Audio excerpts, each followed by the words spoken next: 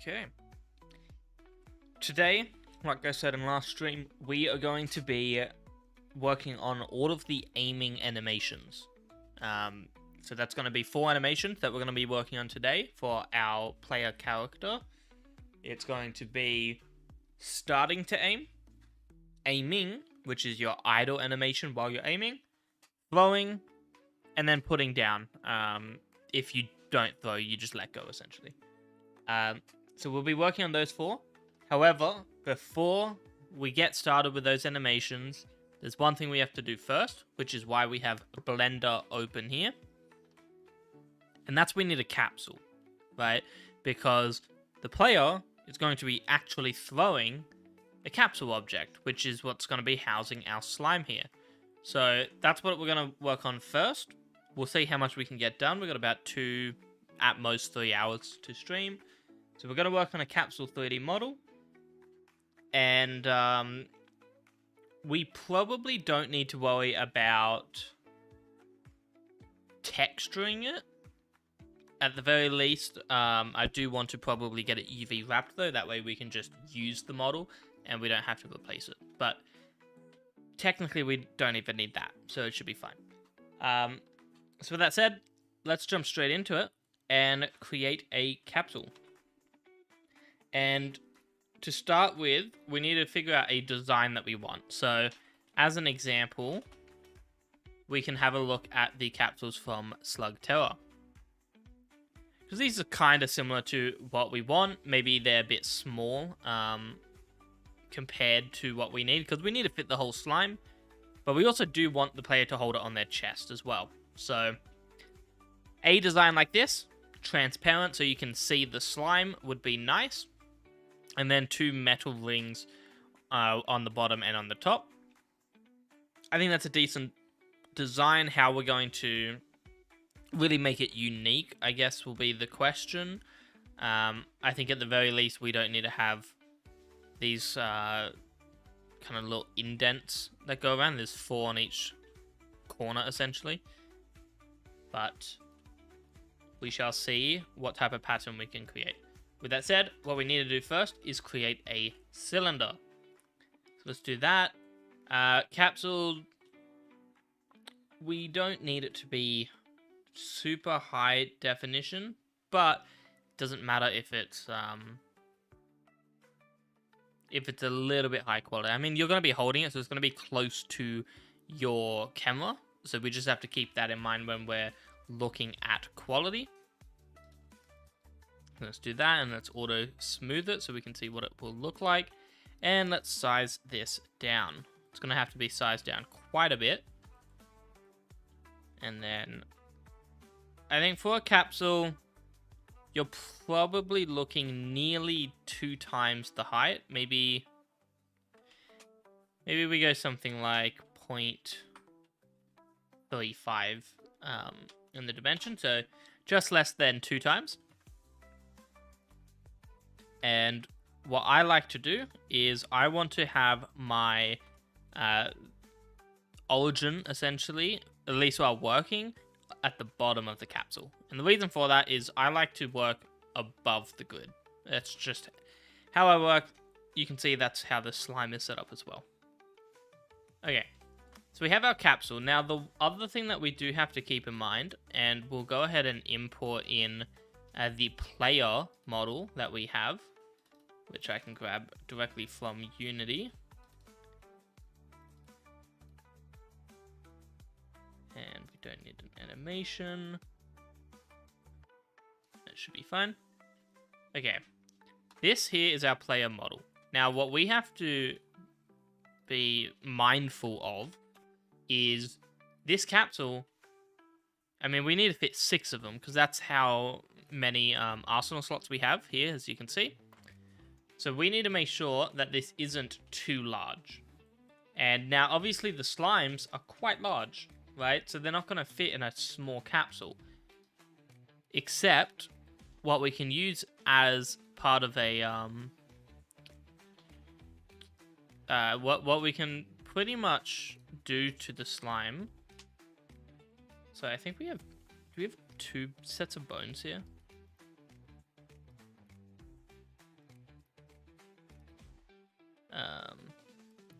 Don't know what's going on there. Hold up. Let's quickly jump into my slime blender file. I need to figure out what's going on there. Because I think that rig is just wrong. Or it might not. Actually, you know what it is? It's probably the fact that we don't have the bone shapes. Okay. Let's select hierarchy and select all objects inside of bone shapes. There. And select hierarchy. And let's just import all of this directly in. Because what I did to bring this in was import the FBX file. But we don't need that. So what we'll do, select hierarchy, delete it, and let's just paste in our original. We do want the actual collection as well. If that wants to actually paste in, there we go. And we can hide that. Okay. 2.5. Cool. Now we have our rig in. So what we can do with our slime is, one, they can, because they're slime, right, they can stretch and stuff and squash. So we can pretty much squish them in like that, technically. So we'll figure that out exactly what we want to do. But I think if we are wanting to keep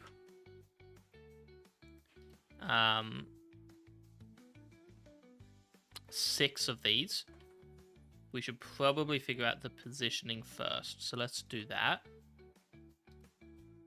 That will pretty much tell us what type of size we want as well. I am thinking, though, that we might actually just go double the height. I think that might look a little bit better.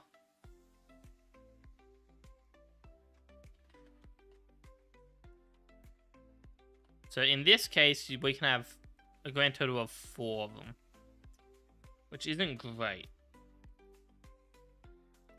Then the question is, how do you fit another 6 in? Which means that we might need to go even smaller. Let's also press Alt and D. That way we're going to duplicate them as linked. And then we'll be able to change the size as we see fit. So can't do that when scaling the object itself. So it's not going to matter much, actually.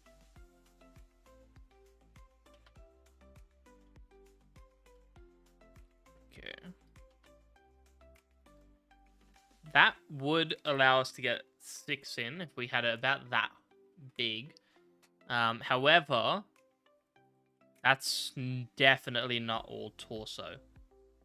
So what I am thinking we'll do is I want to import some, like a character model, so that we can see kind of where's the chest height going from. So what we'll do is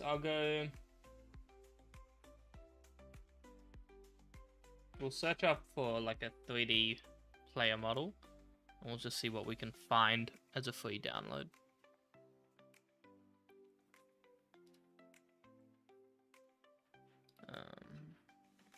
I think I got one already. I'm just importing that in.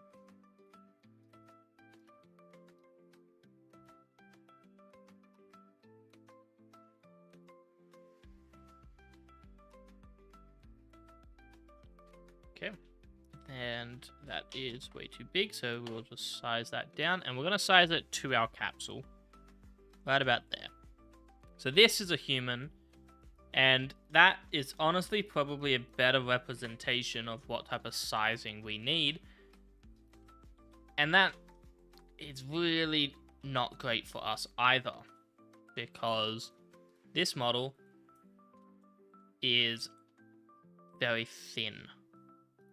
We have to kind of work that in. Like, you can have a capsule here. There. And that gets you 5 at most, which is not great. So we need 6. And for anyone who wonders, why is this even important? Because it's a first-person game. When we add co-op, we are going to need a player model, which means we're going to need actual capsules. Something about that size is probably pretty good. Like, we can put that directly on the chest there, and you can kind of see how that would look. However, it's still, like, it's very cramped, and that's already really small. Like, try to fit this entire slime in that capsule. That's not happening. So, we do need to figure out what we're going to do there.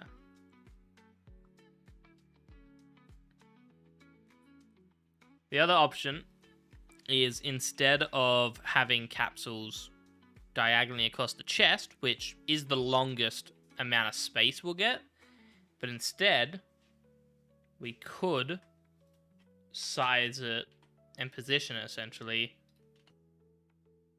horizontal, like this.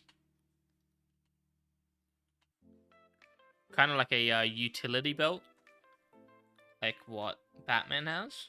And we bring this player in. We can basically just put these across the side of this character. And to be honest, when it comes to animating, this does make it potentially easier. That kind of looks like he just has a bomb strapped on him though, which is not great.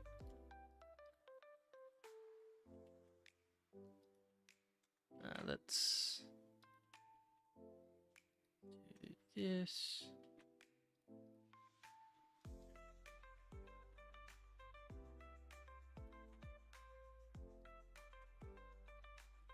Flip it like that.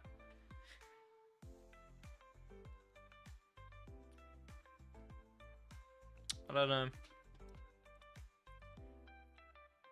I mean, this is still going off of this size, and that size itself is just too small for the slimes that we're doing. Because our slimes are big, right? They're far bigger than like a slug from Slug Tower.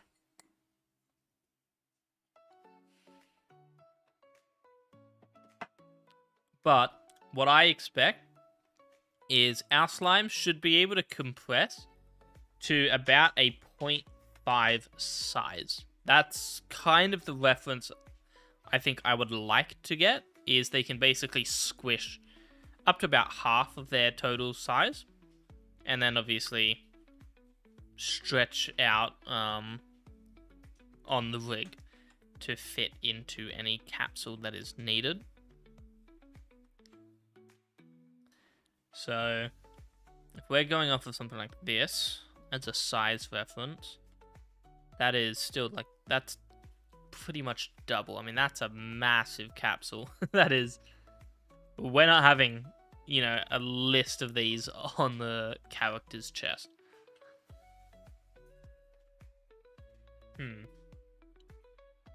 So the question is, what type of shape or storage method could we use? The other option, obviously, is that we can shrink the slimes themselves. Like, for one, they could technically compress more. We could make them go, like, 0.25. But also, I guess the question is, are our slimes too big in-game?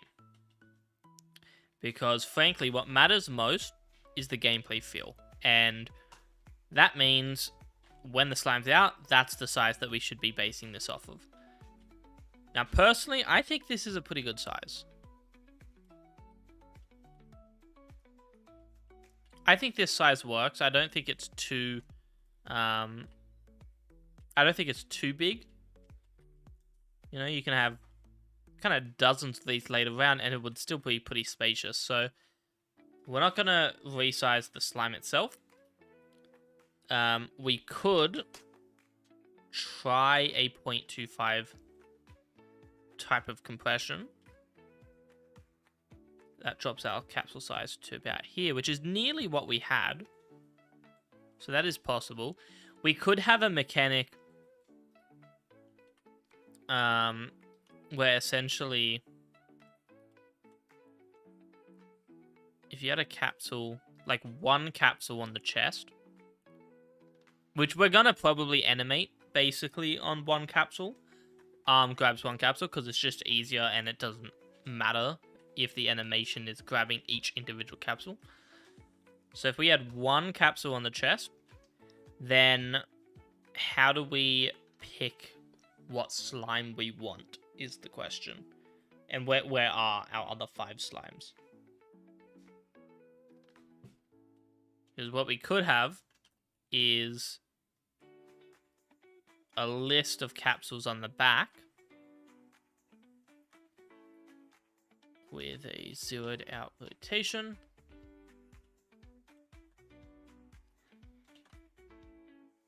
Like, it doesn't even have to be technically on the back. It could be in a backpack of some sort. So if we had our capsules in a backpack,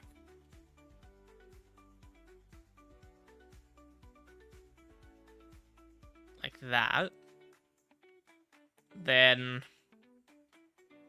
we could have the player essentially reach behind him and grab it from the backpack. That is an option.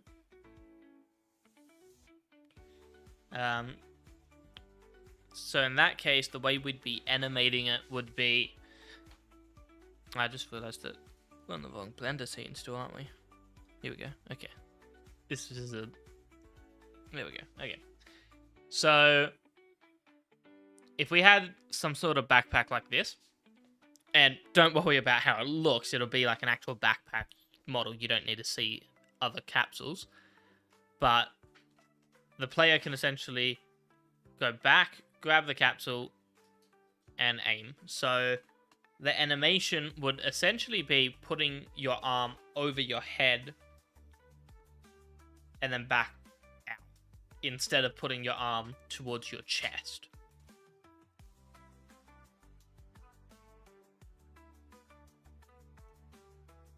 I'm not opposed to that idea. I feel like that wouldn't look the worst. So, if we are going to try to do something like that, then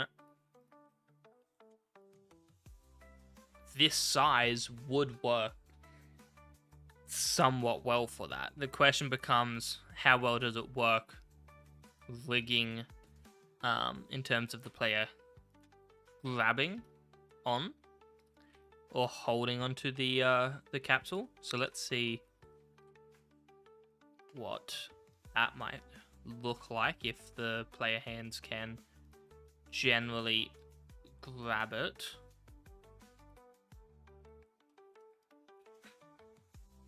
And it does not matter if we edit this. I mean, we're just checking if this would theoretically work at all.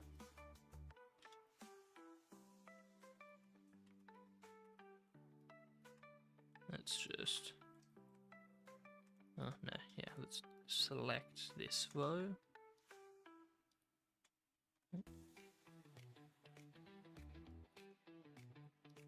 Come on.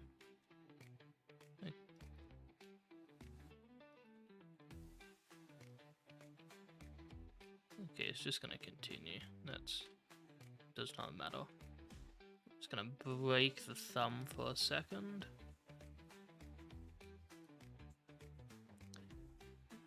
And we should do the same thing for each finger, essentially. We'll just select all of this. We can break the finger and have it close in like that. We'll remove 3 layers. Come on.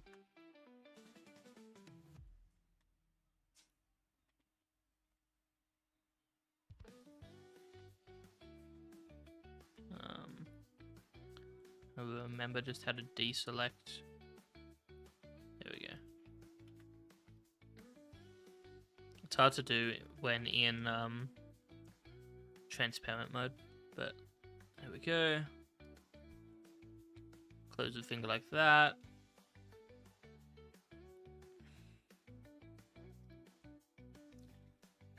We don't need to do this for all fingers. We just want to do this for a few and see pretty much what like a grip size would be. So probably something like that. Let's see what this looks like. It's a very messed up grip, but that would mean the capsule would have to go like here and stick out towards.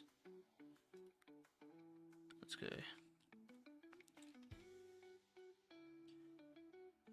Kind of a size like that. Can we animate this?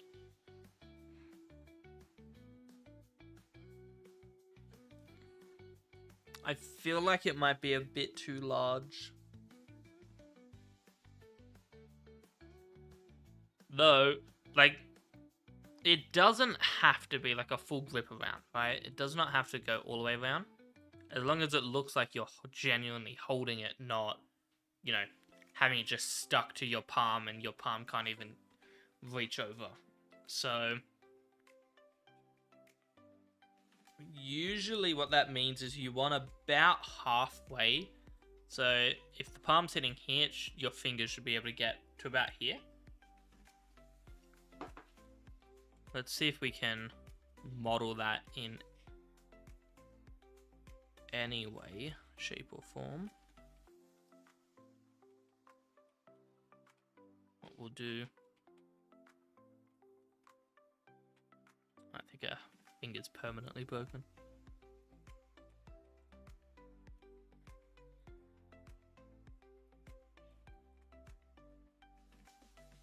Yeah, okay, we'll just re-import this. I think that'll be easiest.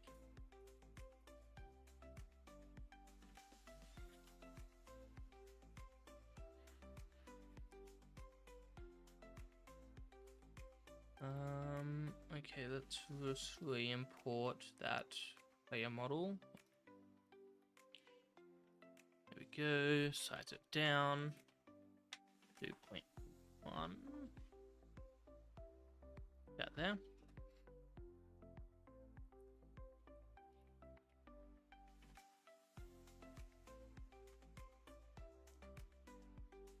Okay, so it should be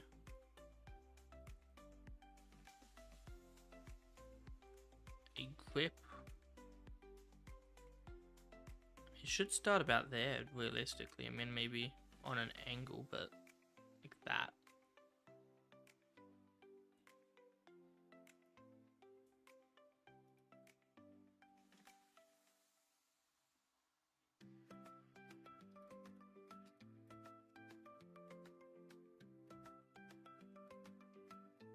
Let's just grab the thumb. We'll grab about this much of the thumb.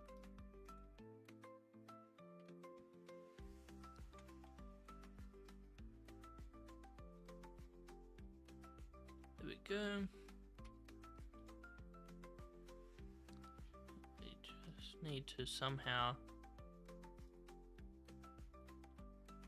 have the thumb be able to go over. I really don't know if we're going to be able to get this to work.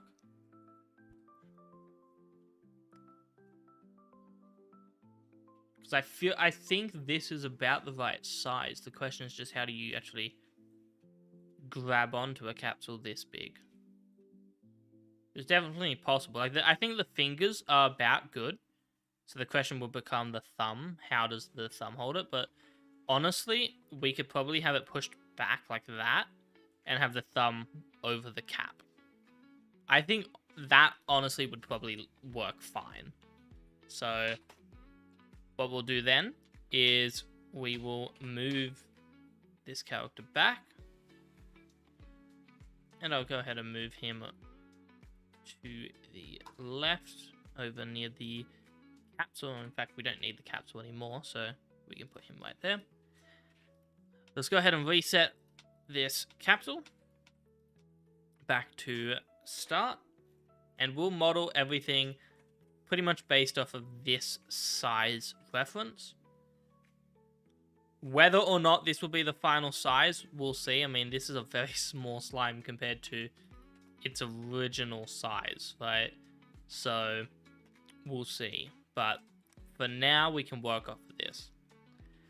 And I want to make the scale really easy to read. So it's 0.04 and 0.08 for the height, because it's about double the height. So now we have our cylinder. What we'll do is we'll duplicate this and just move it to the right a bit. That'll be our size reference so that we make sure we're not changing anything. At least making anything too drastic. So let's add 2 loop cuts. And these loop cuts will serve pretty much as the cap and the bottom base of the capsules. So let's go 0.005 minus 0.005. I think about that thickness should work pretty well. And now we can just extrude it, or inset face with a positive depth to give it that thickness, like so. But we do want to add a custom design. I think a custom design always makes these look cooler. So what we'll do, first, we might even go even thinner. So let's go 0.0025. 0.0025. Okay. Then what we can do is we can add in another loop cut. We'll add 1 for each part and put this on vertex snap. And we can make sure that we're not merging vertices when we do this. We'll move it up by 0.01. And do the same thing here, down 0.01. And now we can basically connect these vertices in a way that makes a custom pattern. So one way to do that is we could triangulate these faces and then export in a pattern like this all the way across. That could look pretty cool. I personally would kind of like the triangulation to happen in the opposite direction though, which might require manually going through and just connecting these lines, which is fine because we're going to have to do some touch up anyways. Where essentially, after we connect up all of the triangles like this, we will then remove the straight line that's in the center, and that will give us a quad that is in this cut direction. So I just need to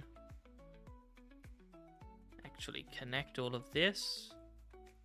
I'm sure there's an easier way to do it, but I think this will work fine. So,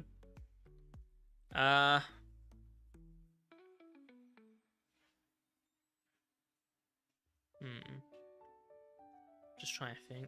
I think this will be good. I'm not 100% sure now. I keep second guessing myself, which is not what you want to do. We'll just connect all of this.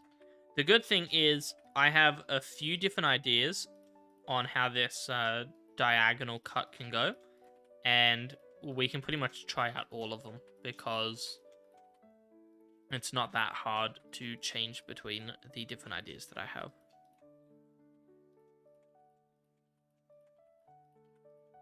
There we go. And now we have to essentially just manually select these. Because they're triangles, you don't have any loop selections. So you just manually go through and select every single straight line.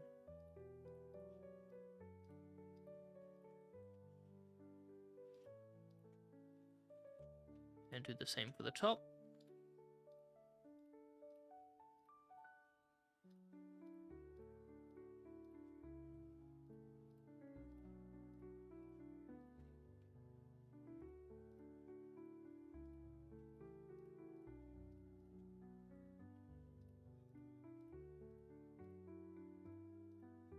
There we go, and let's dissolve those edges. Now we basically have a twisted thing. In fairness, we could have just probably rotated this on the z-axis like that. Probably could have done that. But this gives us a perfect connection, essentially, between that top and bottom quad, which is good for... will be good for shading, essentially, because it's all uniform. This is twisted, obviously, but we're going to be extruding this out anyways. So now that we have that, I want to duplicate a copy of this, and we'll move that to the left, and then just focus on the center one again. And what we're going to do is I want to Control-Alt-Click. There we go. We're going to select all of these, and I think actually it's going to be easy if we just select all of it across the board here. And what we're going to do is we're going to just make a simple bevel. So let me just find some good music because it just paused. Okay. So we're going to make a very thin bevel, not too big. And in fact, we should probably select the tris at the top and bottom. Okay. Something like that would be good. So about 0.025. And then what we can do is we'll select the entire bottom and top, and then every thick line, so everything that's not the bevel, we'll grab them. And then we'll be able to extrude this, and that might make a decent pattern. Hopefully. There we go. And let's select all the ones for the top. So my other idea is essentially we can make that diagonal pattern go all the way to the top. Which could look cool. But what it would also mean is this line won't be extruded. Which means that you're not going to have like a metal cap across the whole roof, which we kind of want. So we can now inset this and add some depth. Something like 0.075 maybe. Let's just see what that looks like. Okay.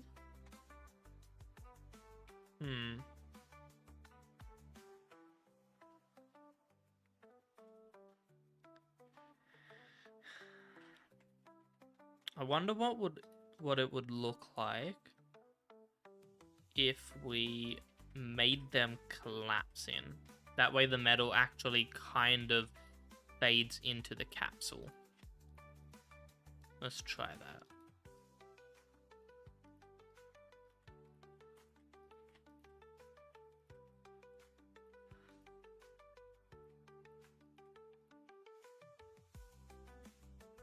Something like that. Maybe do a few more just so that we can get a clear picture of it.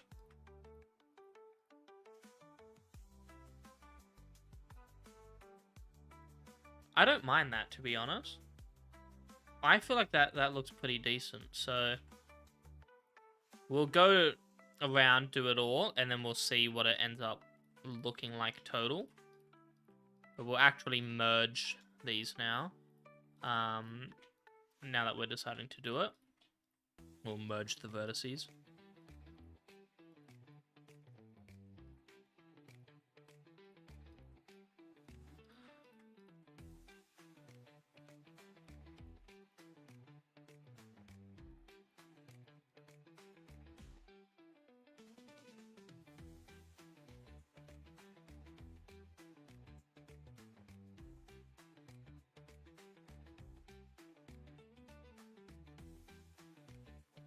Okay, that's all the top done.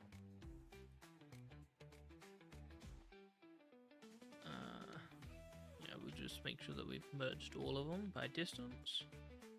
And auto smooth that. Because we did the bevel here, it makes a very clear, like you can basically see the polygons, which is not great.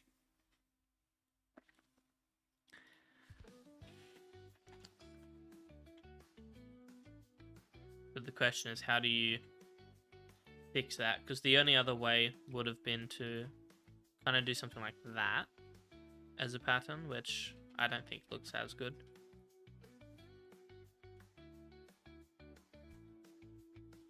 So we'll see.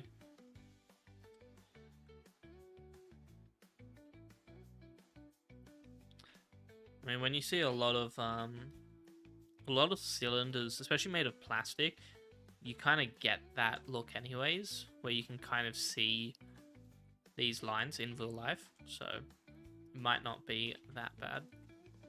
Even glass kind of has it, because it's, I mean, part of the way that you would do plastic molds, I mean, it's going to be a 3D model, so...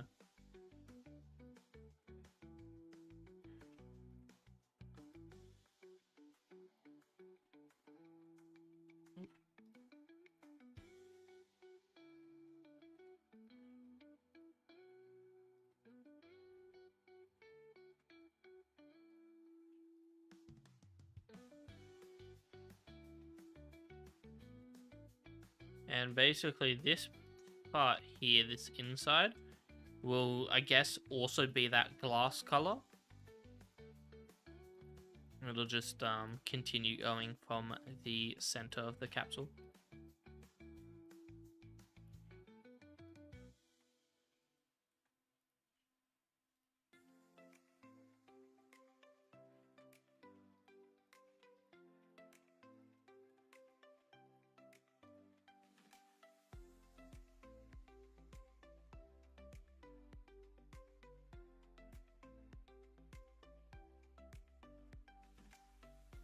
How many more do we have?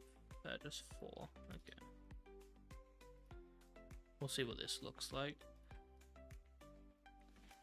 One word of advice, everything's gonna look bad until you add some bevel on the edges anyways, so I'm expecting this to not look the best anyways.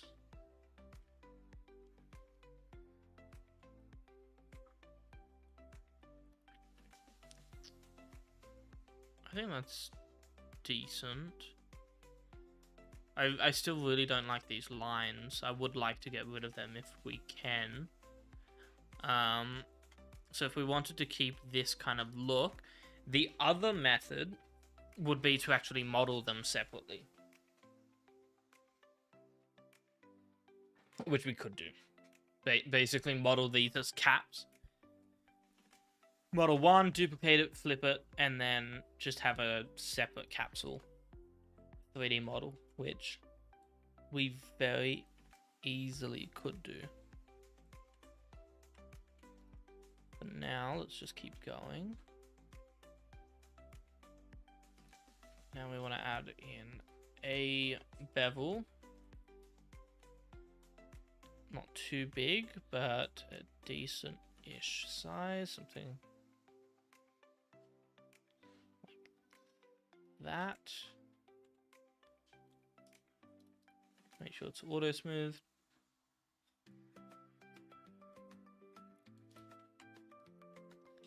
I feel like this needs to be sized in more. I don't know how much by though, like 0.95 or something, 0.9, like 975. Does that matter much? Probably not. Okay. And let's add in, now we have tris and quads here, which is not good because it's made an end gun in the center, and also we can't loop cut these anymore, which is annoying. So the other method would be if you could select more and connect them, which it's not going to let me.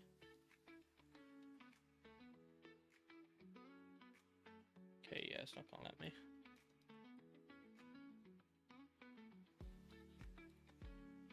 Okay, that's fine. I think we definitely want to fix this because it's not going to be good. So we might just need to loop cut it for now. That's annoying because I hate having to like manually go through loop cut literally everything, and it like breaks almost instantly because of that. So can't do that. Okay. The other method then, very simple. We'll just delete the top faces entirely. Reselect outside. And just inset with a extrude, maybe? Oh, well.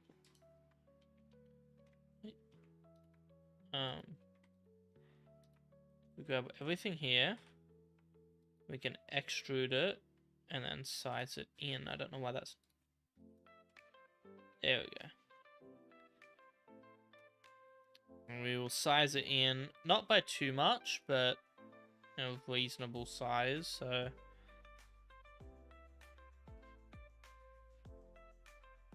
Something like that there. About 0.9 or so. 0.9.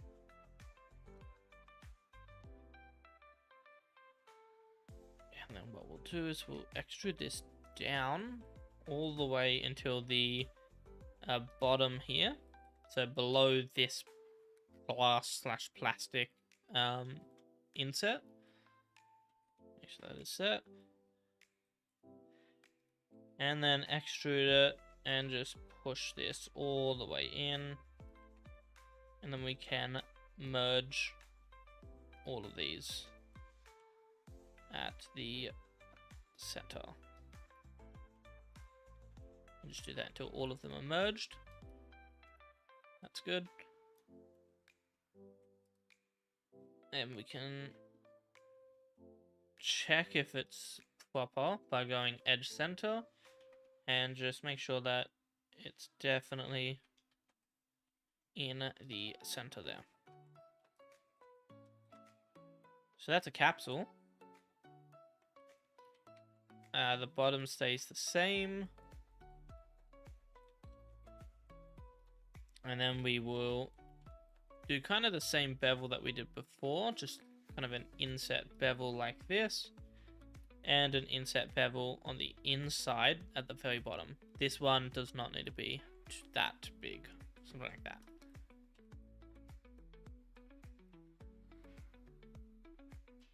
There we go. And what we can do is let's add in, we'll add 2 materials for now. We'll be making it 1 when we add a texture. But for now, we'll add a capsule glass material. And we'll add in another capsule metal material. Start with the glass. That's easy. Select just the center and then everything, all of these thin insets.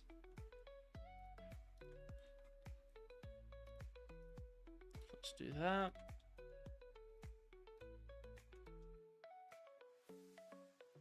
And we'll do this for the bottom as well.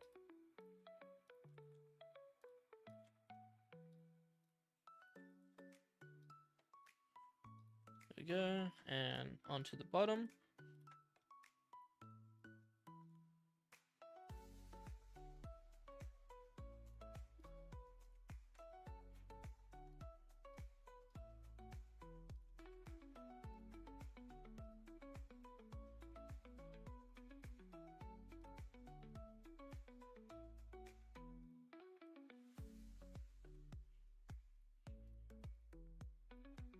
There we go. And assign that to capsule glass. And we'll make that a blue material so that we can...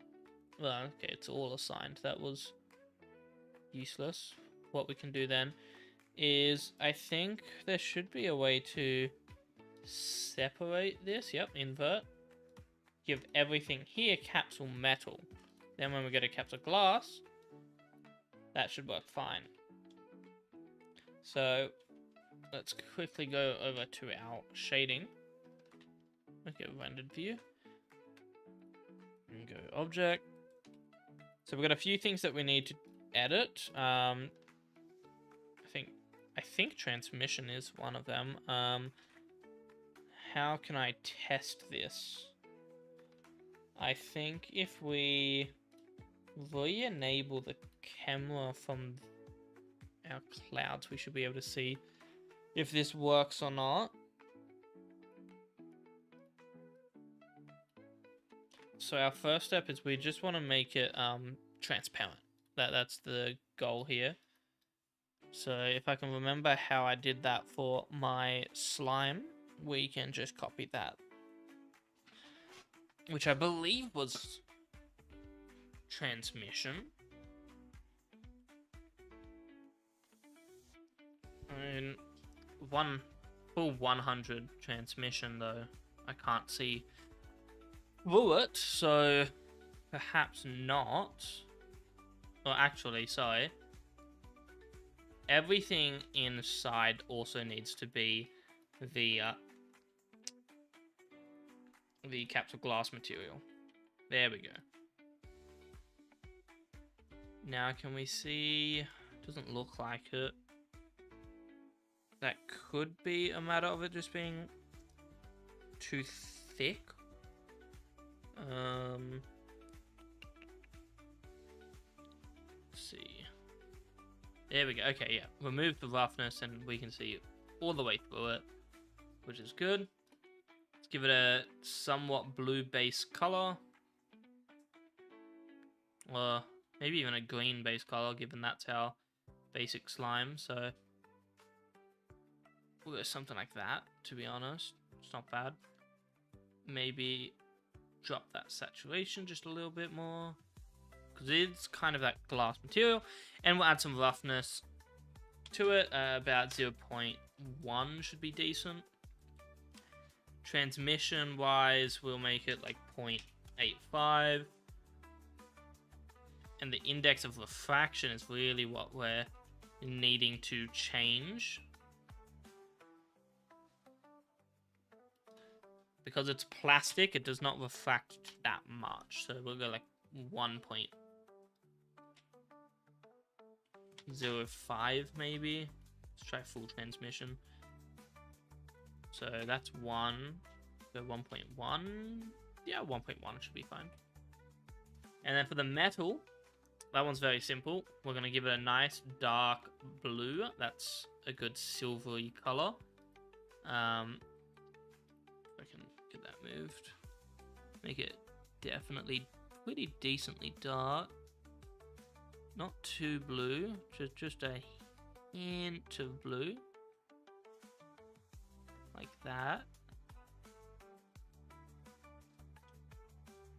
Okay, let's see what this looks like. And what happens if we remove camera?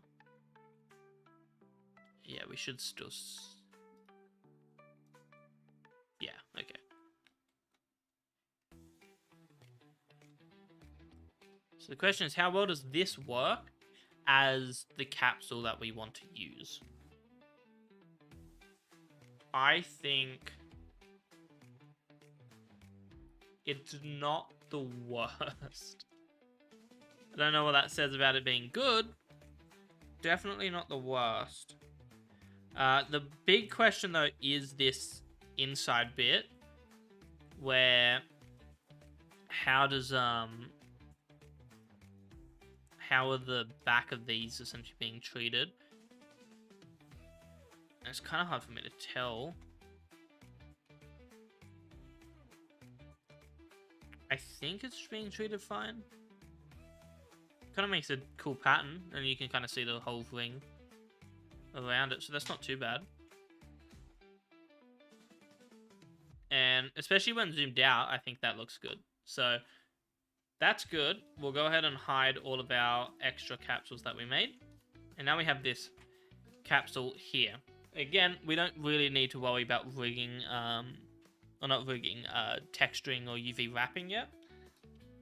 What we will do, though, is we'll set the origin back to the center of mass.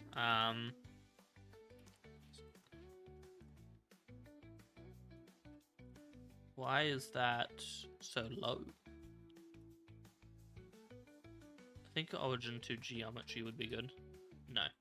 Okay, what we'll do, we'll just cursor to selected, origin to 3D cursor, and then dissolve these edges here. Cool. Here's our capsule. Now the question is, will the slime fit? And if we are going with this size slime, it will fit honestly pretty well. And one thing to keep in mind, when a slime goes into these capsules, what we're going to do is we'll kind of... I don't know if I'm going to be able to show it in any easy way. Unless there's like a cube option, which doesn't look like. Basically, what we're going to do is when a slime goes into the capsule, we're going to replace it with pretty much a cylinder. I mean, do that, give it the basic slime body. It'll be like this. It'll be pretty much a perfect fit inside of the capsule. With their face, though, plastered on. Because I think that looks cool. And it's an easy way to show what type of slime it is. So, I am happy with that. Let's delete that cylinder. This is our capsule model. I think, though, if there's one thing we will change, is I'm just not a big fan of how wide the metal pieces are compared to the capsule itself. I think the best thing for me to do would be, because I think the capsule itself is a good size, we'll just shrink the metal. We'll size that down just a little bit.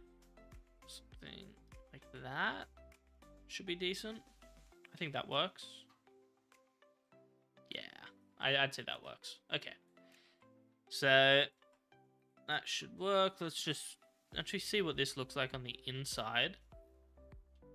Right now the metal stops here, which is not really accurate. So what we're going to do is let's add in a loop cut, and we'll move this, make sure we're back on vertex snap, move this up, and then we'll go down.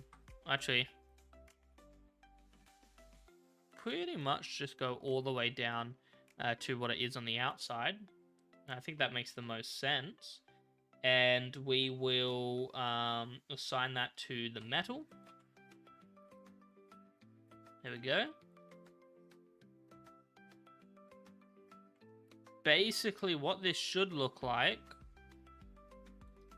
is that you have this metal that clips over the glass.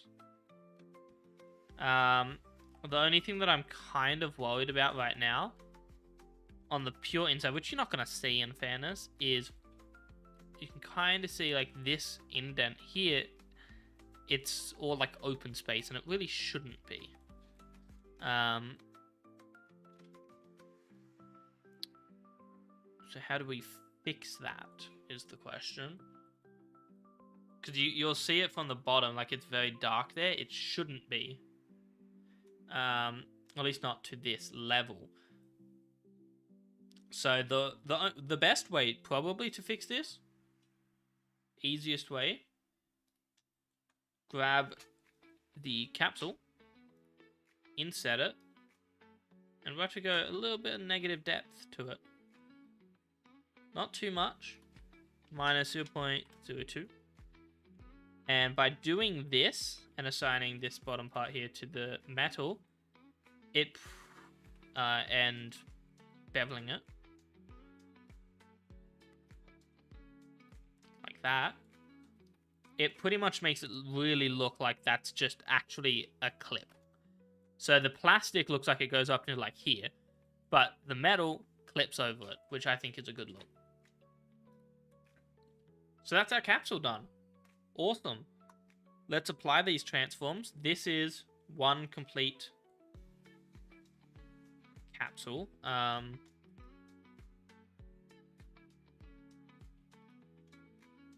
Apply the scale, apply the rotation.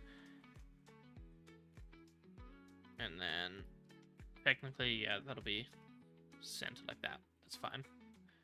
Okay. Here's our capsule done. And the way we're going to do the animations again is capsule's going to go on the back, like in a backpack essentially. It'll probably be rotated like this. Player reaches back, grabs the capsule, goes over their shoulder, and they'll hold it out in front like this. And then on throw, launch it forward. I think that'll work fine. So we can save this as storage capsule.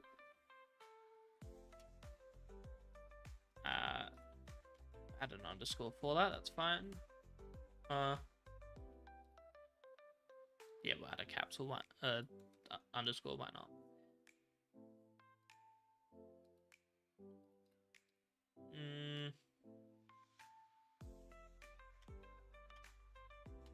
I'm just trying to remember what naming convention I do. I think this will be fine. We'll export this as an FBX. Then make a new folder, call this models. It'll just be the selected option.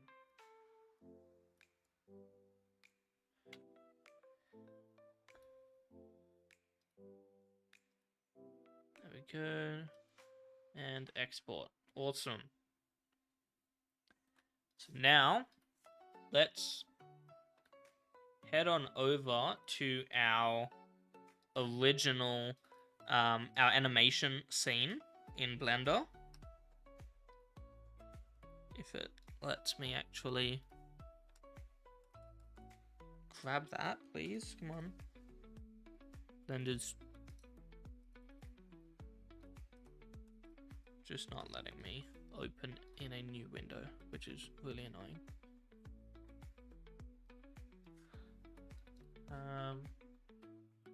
Who's that? There we go. Okay. I'm making a separate window just so that I can make sure that the materials as we import them will be good. Let's swap scenes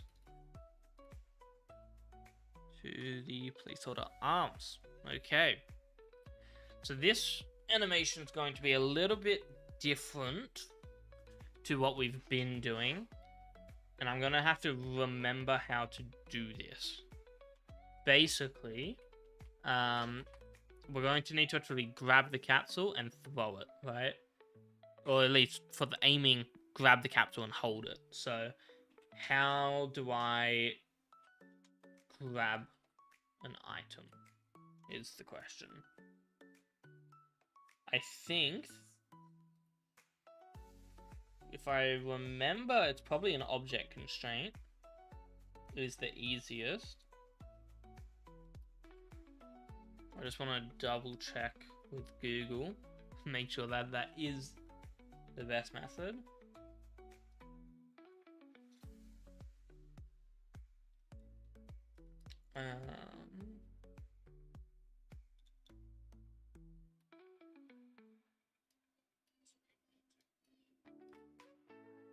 Okay, yeah, an object constraint.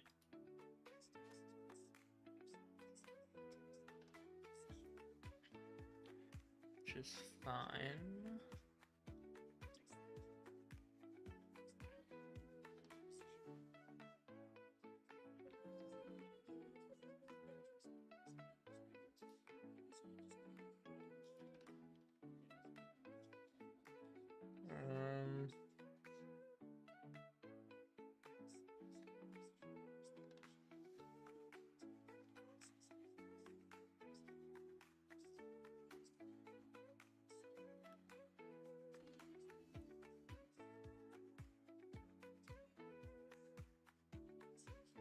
Okay, yeah, it's definitely an object constraint. I'm just not sure if we use the same method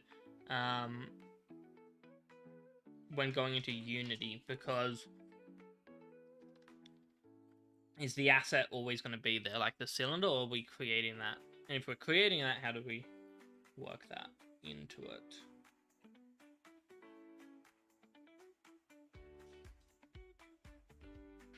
I'm not sure on that. So I'll have a quick look at that, but first, there you go. Okay, I'll be right back, and then we'll get back into it and get started on the arm animations.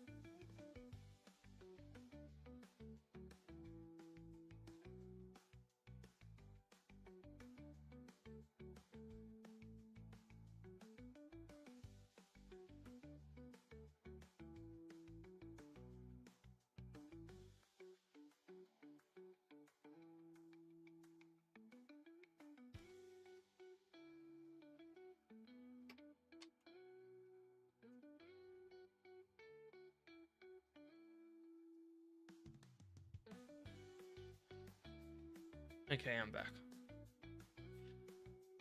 Let's figure out this animation. The one thing that I just need to figure out is in Unity, because we're going to spawn the capsule object in runtime, right? It's not going to be one capsule object. We're going to have a specific capsule object for every slime type. I think that's probably the best method, because then we'll be able to add some little extra things, right? Like an ice slime might have little shards of ice inside of them, and that way it helps make them more distinct, especially for slimes of the same color. So we need to figure out in Blender how to grab objects, but in runtime, so we can't bake the animation. Let's see.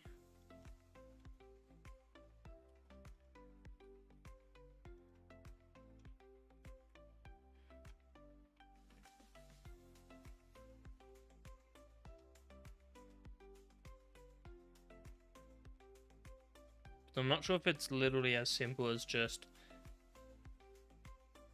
animate the capsule, which very likely could be.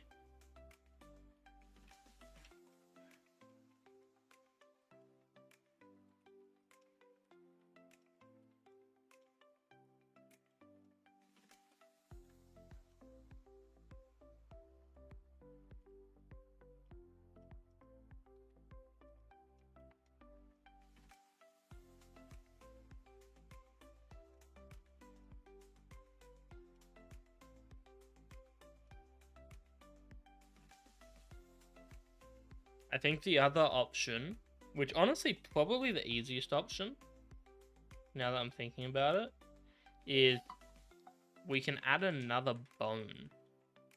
I mean, we kind of already have a... No, yeah. We could add another bone potentially. I don't even know. I don't think it has to be a bone though, does it? Okay.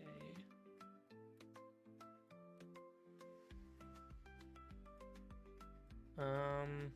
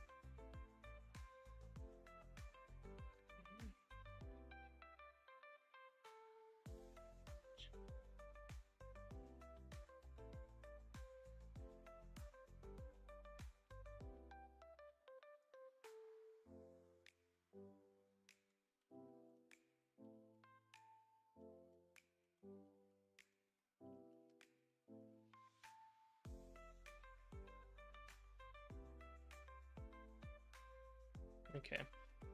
I think I know what I'll do.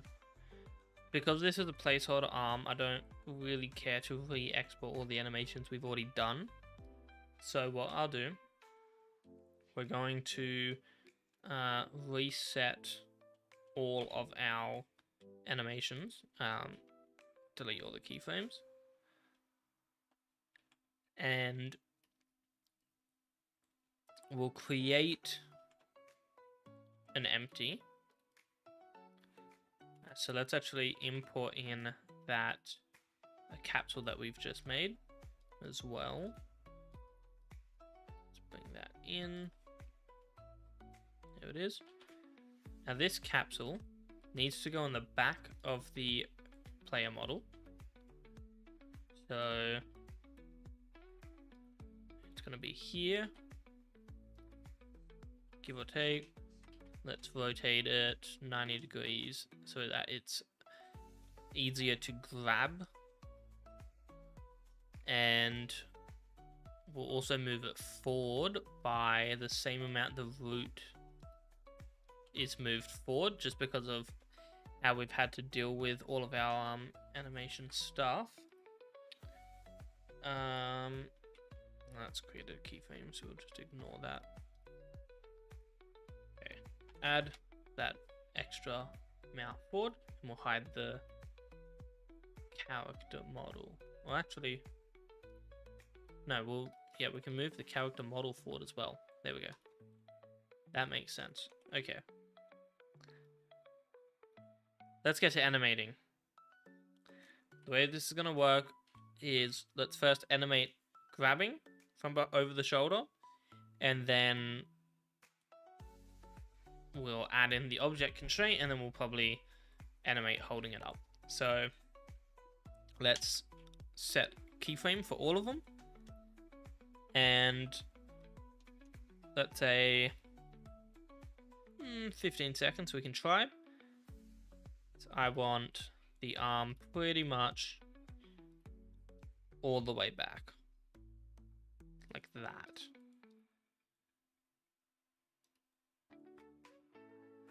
This might be easier without the character model. Oh, we're not saving anymore, are we? There we go. Okay. Arm's gonna go up. All the way back. And we are going to move that like so, and just get it pretty much right at the position of the capsule. Let's see how long that takes. It's not the worst. Now, obviously, that might be a bit too close for the camera, but we'll see. I think the speed's not too bad, honestly. We might move it down to like even 10 frames to make it faster, but for now, 15 should be fine. So now we need to rotate on I think a mix of X and Z. I'm gonna twist it, something like that.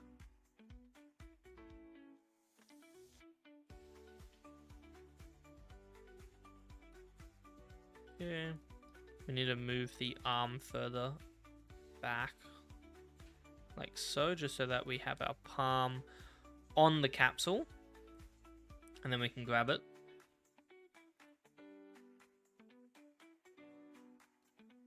Like so. Arm goes back. Now, because this is going to be in the backpack, the capsule itself doesn't need to be in like a flat position. So we can actually have this also animate, or like have this starting position be pretty much in the palm. Something like that would be pretty good. Yeah, I'd say something like that. Then what we'll do, we'll go ahead and add an object constraint, and this is a Was it a child of? Ah, Morty. I'm on a mind blank. It is... What constraint is it?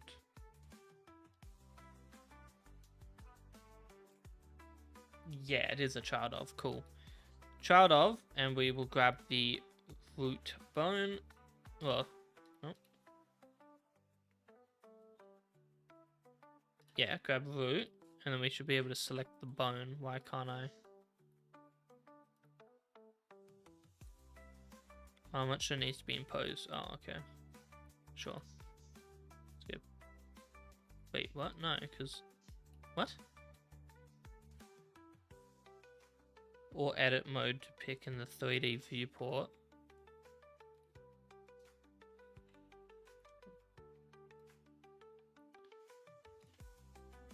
Okay, I don't really know how to set that. What? Because, like, how are we supposed to select it? I can't actually select it. No. Let me also clear those keybinds.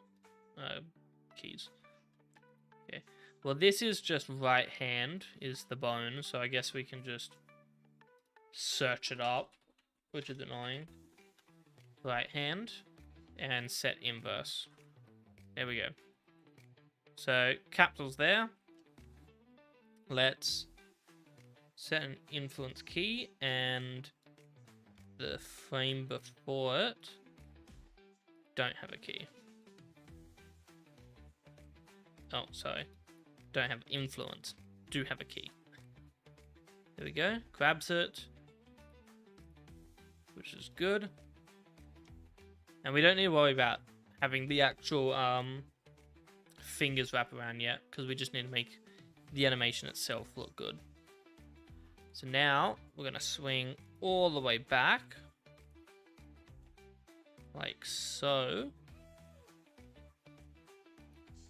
And our arm's going to be pretty wide out, like our shoulder.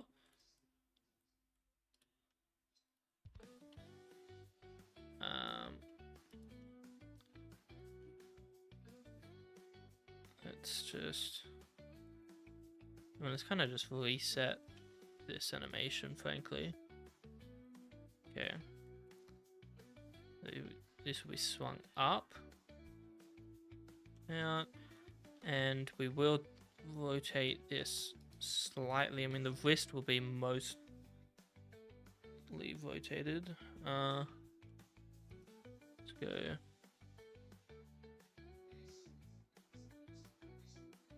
Something like that.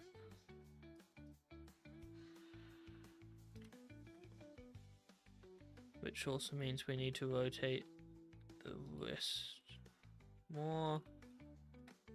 Okay, let's see what this animation is. Let's bring the...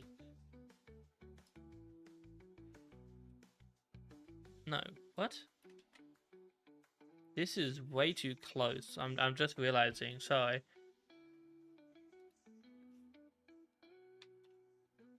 This root... This is not correct because we don't see the shoulders. Okay, why is the camera wrong? It shouldn't be. Let me double check all of this stuff.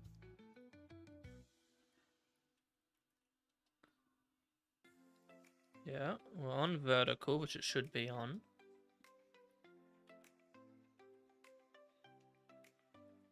On a 60 field of view. Am I going crazy? Because last time we did this, the shoulder should not show, right? The fact that the shoulder, like both shoulders are showing is telling me that the camera's in the wrong position. Which I don't get why it is. Oh, actually, no, I do get why. What am I even saying? We bought the character model for, we need to bring the whole camera forward. Here we go. Now we're in, like, we're nowhere near the camera.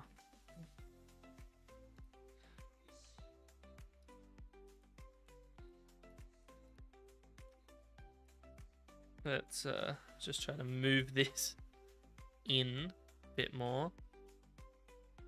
Maybe up like this.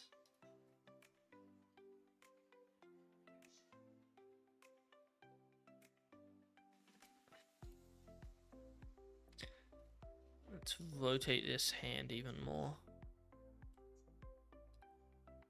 There we go. A little bit angled. Something like that should be decent. Okay, doesn't need to be as over. I mean, we're gonna be looking to throw it. So technically, this should be back, I believe.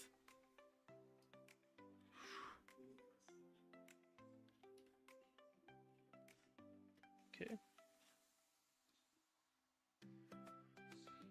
So yeah, now we need to redo this animation because clearly that entire swing is too far out. So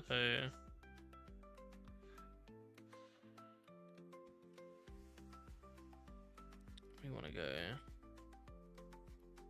by here. Its position. Just to get that arm a little bit more in frame. And let's hide the bone.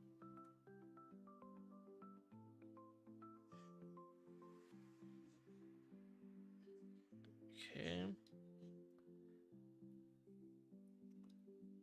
I think the arm's too far to the right. We need to have the arm closer in. Which means shoulder. And we can have the arm itself technically a little bit further back like that. Maybe not.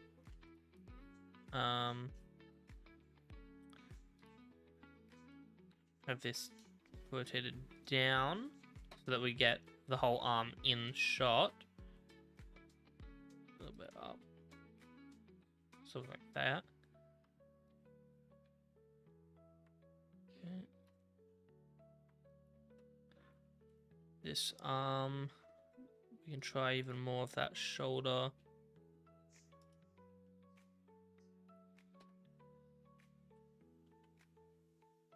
We'll rotate it on the wall.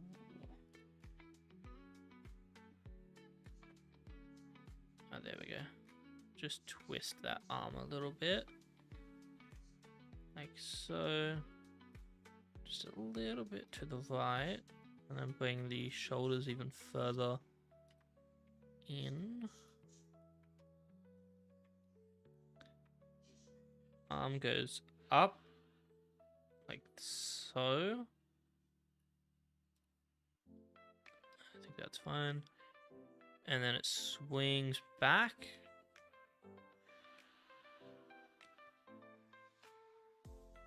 And you're holding the capsule. Okay.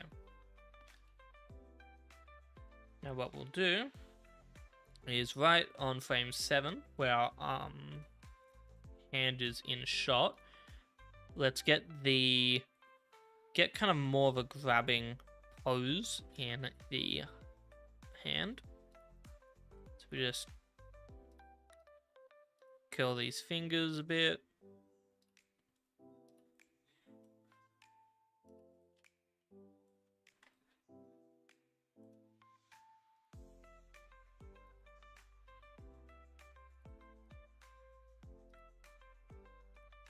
Like so.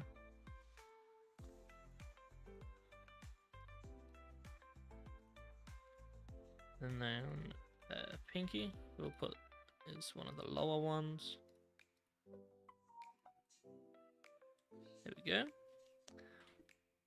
And then on frame 15, when we actually grab the capsule, let's wrap our fingers all the way around.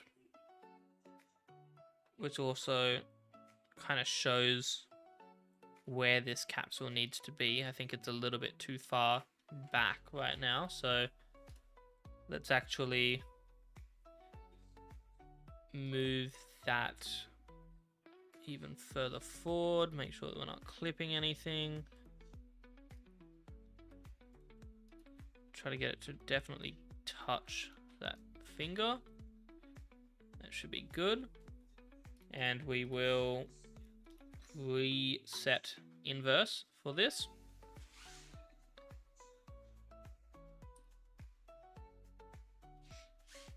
And then let's finish wrapping all of the remaining fingers.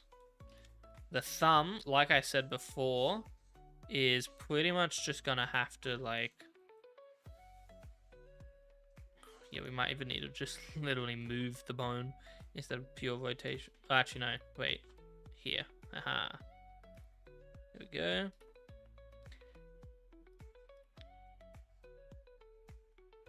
And then, yeah, we'll just have the thumb on the ends of the capsule like so. And then let's fold the remaining bones.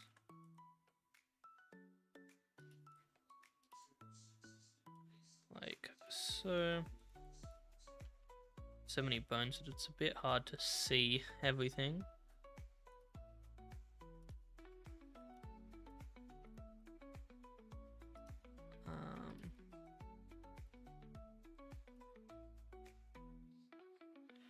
Yeah, I think that's fine.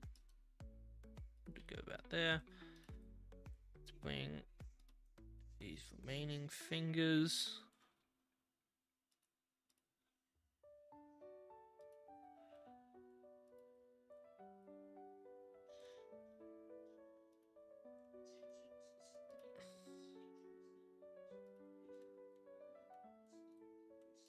Like so. I think that looks decent.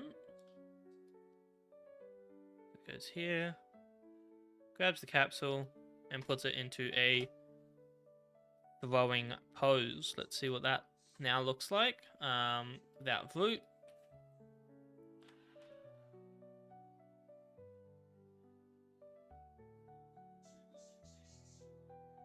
I think we will speed up the time it takes to actually get into the throwing pose. So just grab all of the keyframes and move everything from 30 to about 25.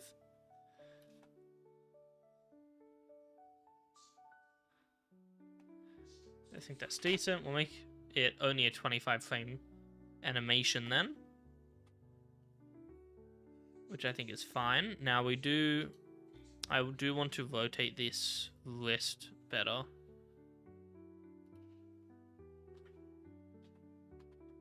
Go something like that, and I do think having that arm a little bit further out, something like that, should be pretty decent. And that'll be our throwing animation. So what we'll do, we'll go over to the dope sheet and we save this. Oh, we've been editing jump action. Let's just rename that then. This will be aim animation. Or aim anim. I still don't know what the difference is between these two. Like, this is a whole new animation, so I would assume... Okay, I think this is the one action. These are the two separate things that are being animated, essentially. That makes sense. Okay, so we can call this arm action. Maybe. No. No, because this is the action, right? This is just... the slot. Let's just call this aim action then. Cool. Well, we have that. Let's go to frame 25. And now let's close this. And just make sure that is saving. Yep. Let's make a new action. We're going to call this one aiming action. And aiming will start from here. And we'll pretty much have a loop of just moving the arm and the wrist and stuff, you know. Moving it ever so slightly. Up. Down. And if we make this a 30 frame animation, then we can have it exactly perfectly spaced out. I think technically it needs to be a 29 frame action then. Oh. And storage capsule can we can ignore that now. How to do that? Go back to the action editor.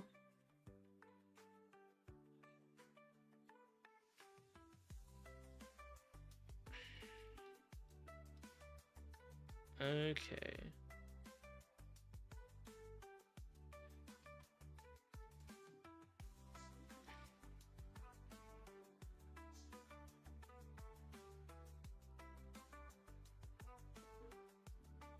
Okay.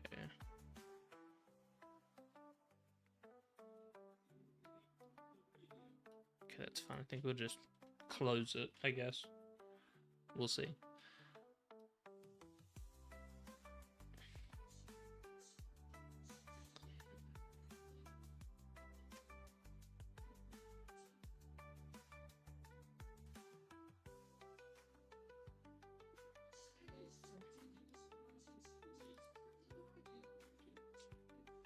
We do make it 30 frames. Yeah, we do get the snap no matter what, because it's... Oh no, these are just purely wrong. Here, okay. I was wondering, like, why is that animating one? There we go. And now there should be a 29 frame animation, I believe. There we go. Cool. Now let's just rotate this wrist a bit. Like so. And then copy our frame 30 again. Okay, so that's going the wrong direction by the looks of it. Easiest one to probably fix would be the arm, to be honest. So this should be going down, not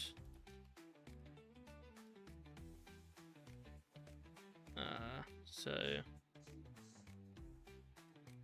down, up, kind of at the same time. That goes down. We bring this up.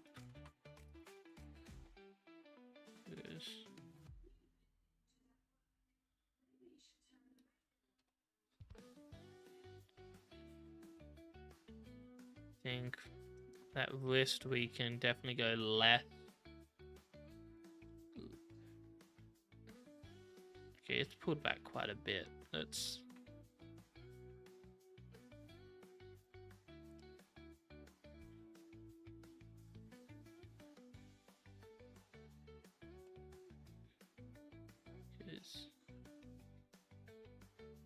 Because that should be further up, right? No?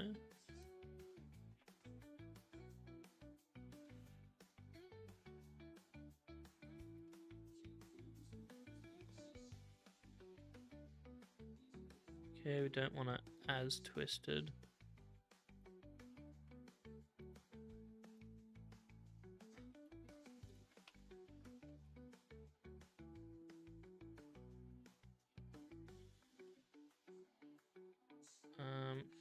this goes up, to me it should be going to the left. That just feels wrong though when I watch it back.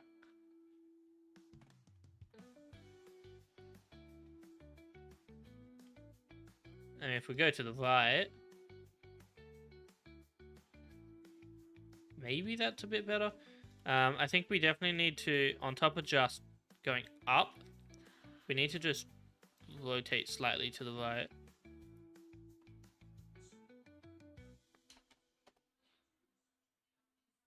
Yeah, I think that's better. Okay. Let's get rid of the bones there. It's not too bad. I think it's a bit slow, which means what we'll do is we'll just grab everything and we'll go from a 30 frame animation. Let's cut it down to 25. So go to 24. No, we'll go 26. That way it's an even number, because then frame 15 will become frame 13. There. And that'll be its halfway point. I think that's good. The one thing we will do now that it's faster is you don't want as much motion. So we just a tad less, especially on that wrist, I think. Swings just a tad less. And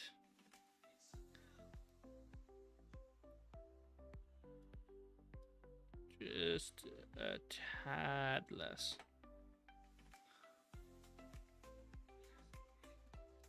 I think. Let's go.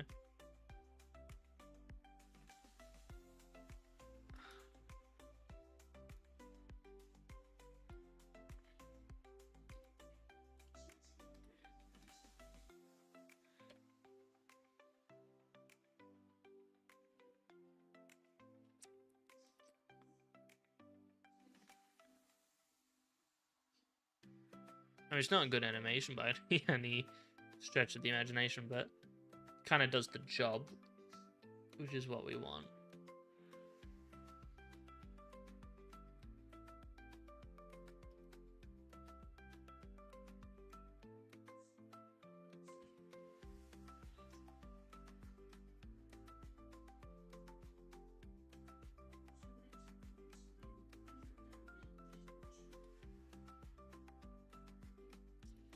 Okay.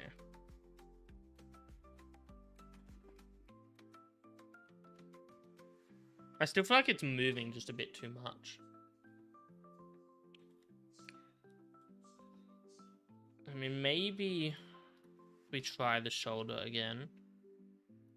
Like, even less. It really barely moves. Because then if that's barely moving, it's easier to animate the forearm to not move as much.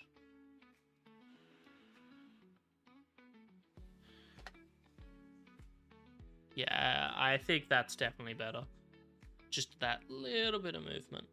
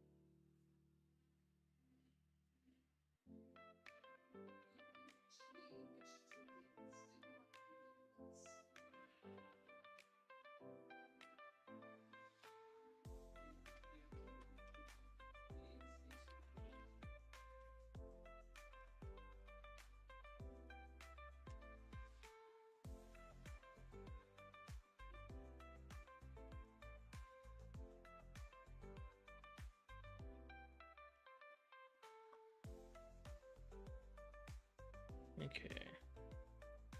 Cool. Let's quickly just double check. I think we're animating on 24 frames a second, which is fine. Just keep a track on that because I'm just trying to figure out how long we should be tracking for the capsule to essentially get attached and then get detached.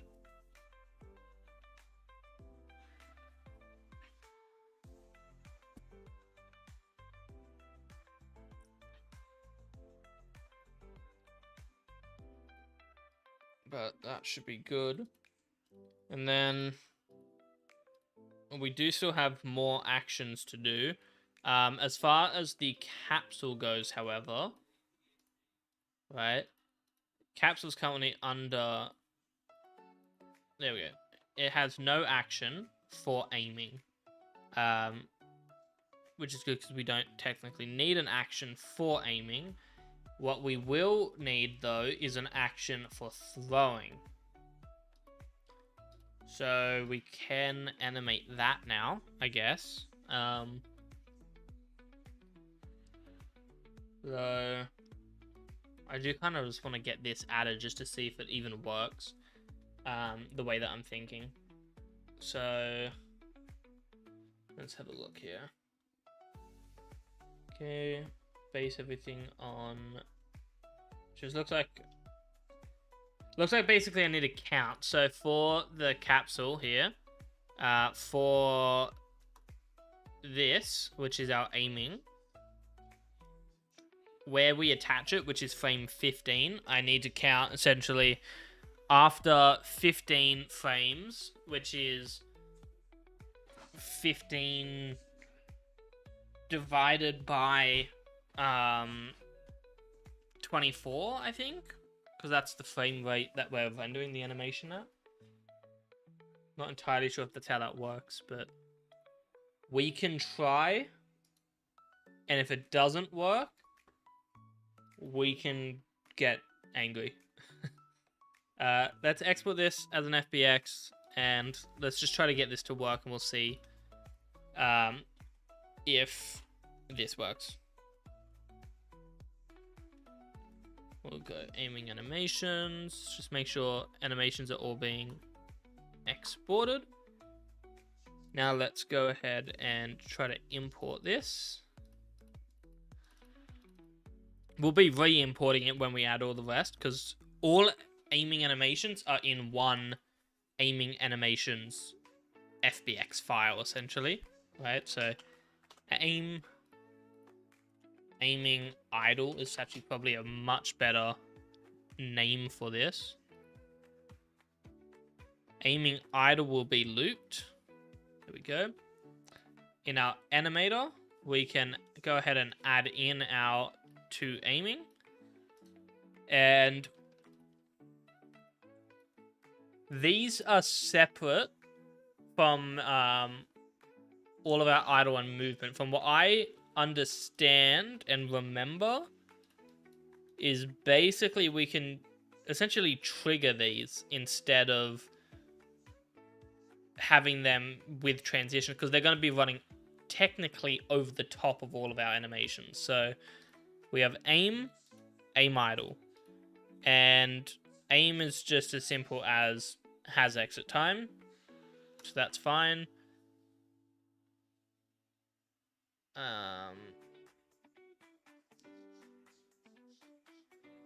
Yeah, I think that's fine. Okay, maybe.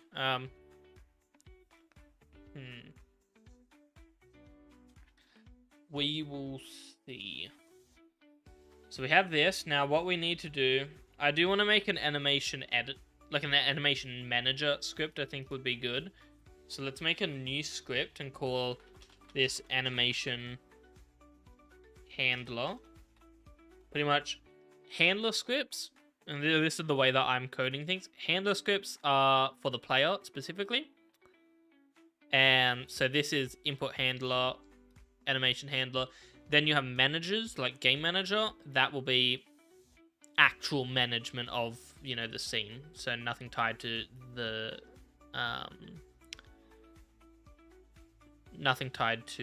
player itself.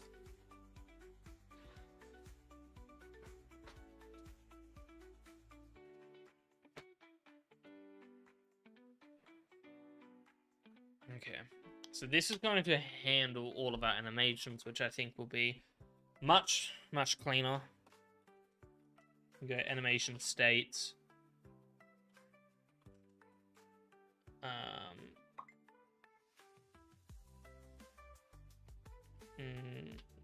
Remember what I need to do. Let's first go an on update. We know we're going to need that. And technically we will need an on start. What we need to get, first and foremost, are our components. So what components will we need? We definitely need our animator. So we'll serialize field, a private animator. Call it player animator. And then we will also get the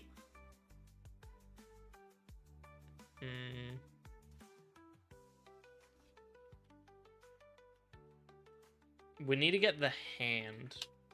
So let's serialize field. Will make a private transform. No. Private transform. And this will be the right hand bone.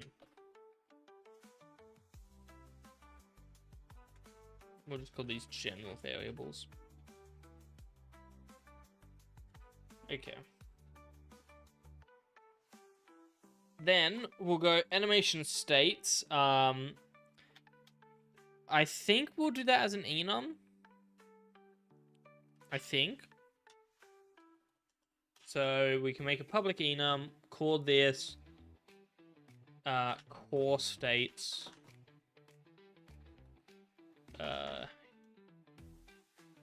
idle running printing, essentially. Enum will have a, for now we'll call them trigger states, I guess, and we can have one for aiming.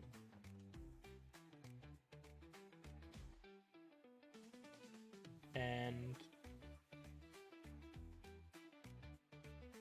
nothing, maybe? I was looking into this before. I don't remember how I had it set up, and I can't find where I was actually looking at it.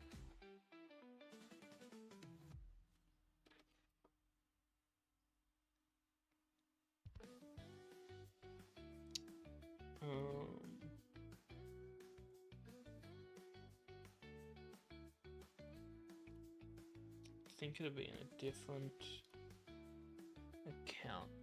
Let me see if I can find where I was looking at this.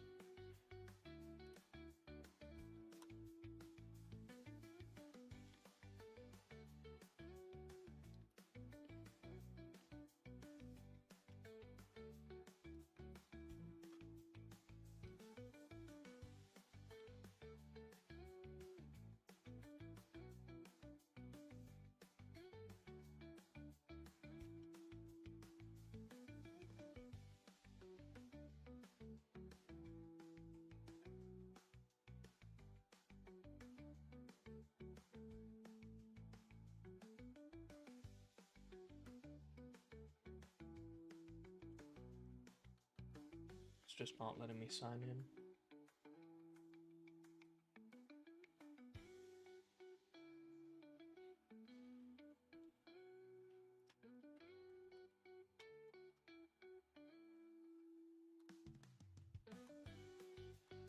Let's try this.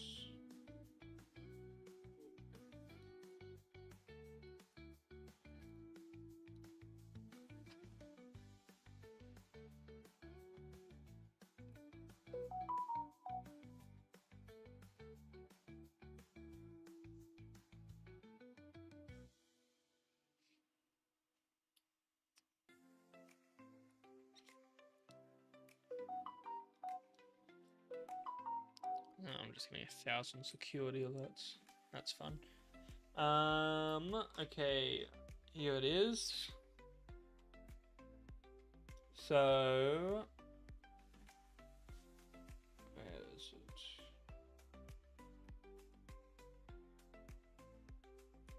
Just trying to find where was looking at storing this stuff. Maybe we don't do it as enums. I mean, right now we're already handling the animations separately, so we could ignore them for now.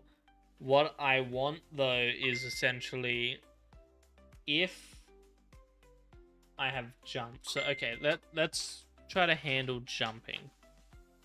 No, sorry, aiming. What am I saying? We're gonna try to handle aiming, and the way we'll do that is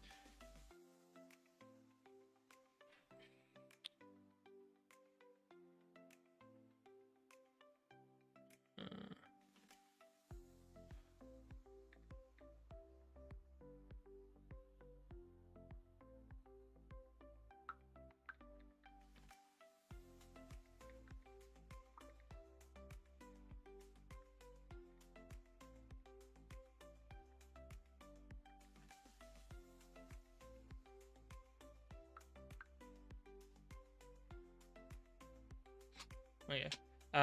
So yeah, so we need to check if we're aiming. So we should also actually go into our Arsenal Manager script and figure out how we've been essentially aiming. So let's go Arsenal Manager. Okay. We can ignore Arsenal up and down. That's fine. It's just aiming. So let's close all that we don't need. Okay. When we press aim, we'll start aiming. So that's this one here. So let's see.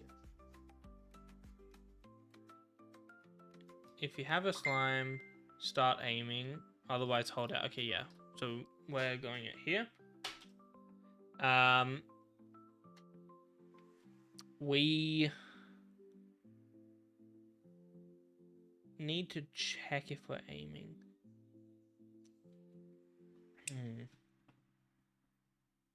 Because I can just run another if check for if aim was pressed this frame, though I just don't really particularly like that as an option.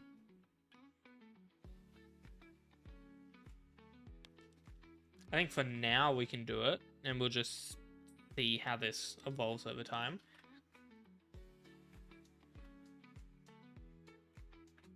Which means we also do need to get input.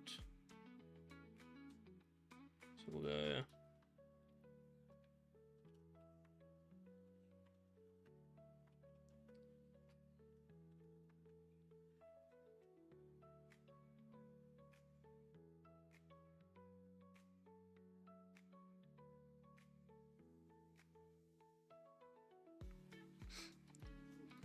input, and we'll just need to get it again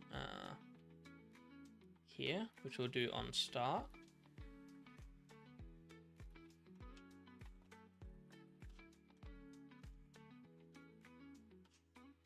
There we go. So if aim was pressed this frame, we'll play our aiming animation, which is doing that through a crossfade, I believe.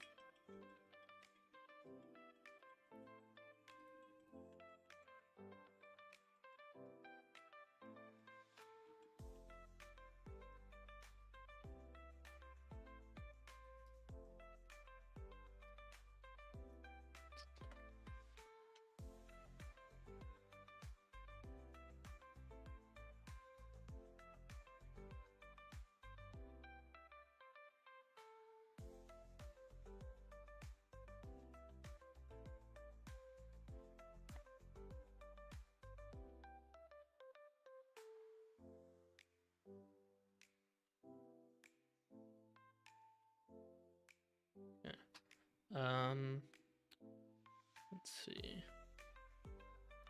Okay, so player animator dot crossfade, and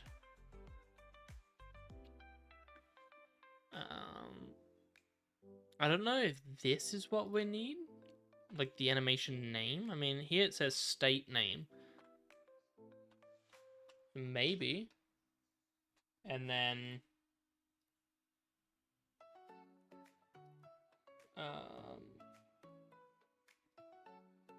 what I'm seeing, it's just saying 0.1f. Is that transition? What is that? Yeah, that's just the transition duration.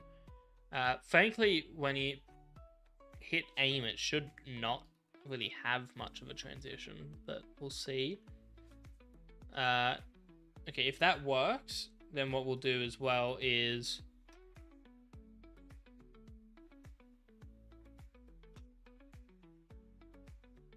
we'll handle when we stop aiming.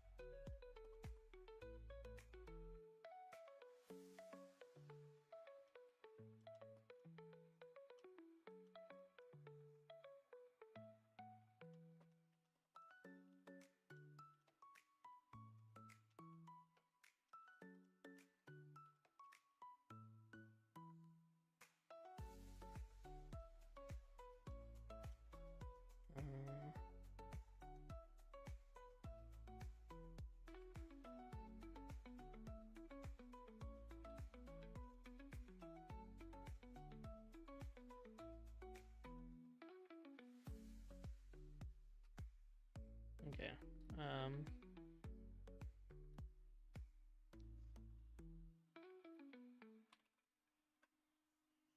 So pretty much the whole thing we'll just grab.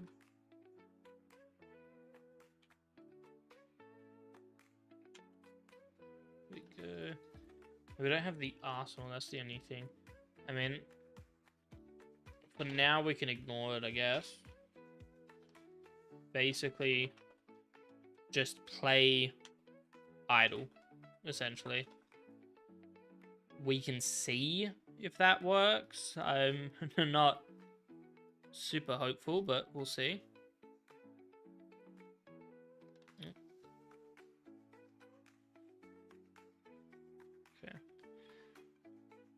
And we're getting a call.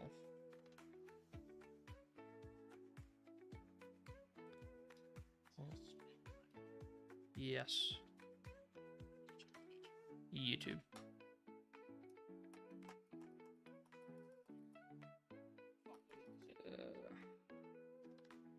The animation is not working. That's fun. So right now what I'm trying to do is when you hold right click, you start aiming and when you grab the capsule from your backpack, and I've just made the animations, but I need to connect them up into the actual game engine, and it's not working.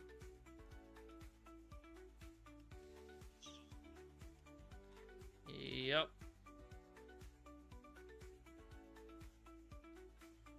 Let's see if this...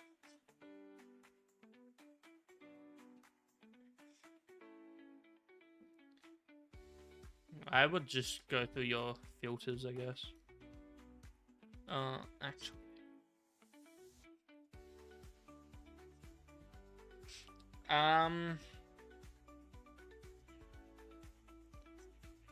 Deactivate all of them and mess with noise suppression. Noise suppression is usually the culprit when it comes to static stuff.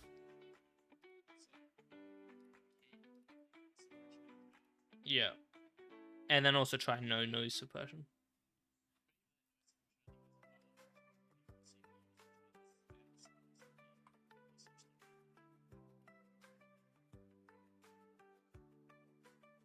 I don't know.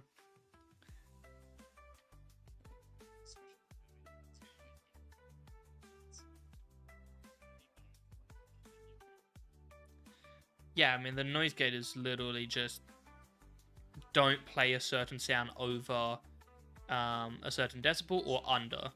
So realistically, the static is basically your gain, and both noise suppression and also the what was the one that we just said? Noise gate will try to remove as much of the background sound, right? And any sound that's not your voice. So it's just one of those two, I'd say. Yeah.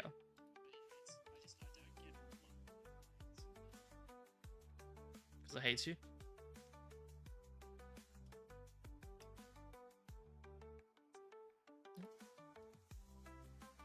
What is this? If input was...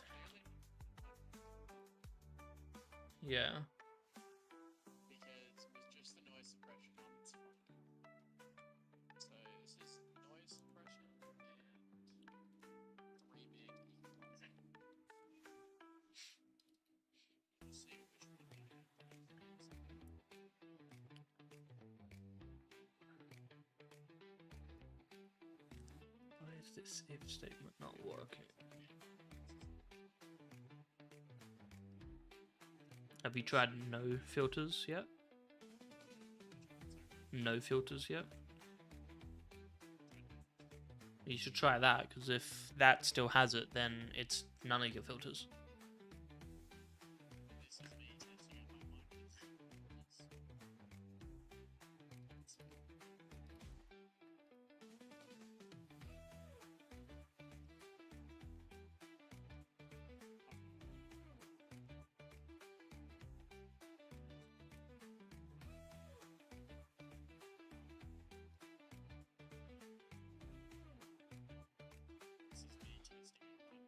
Absolutely zero filters.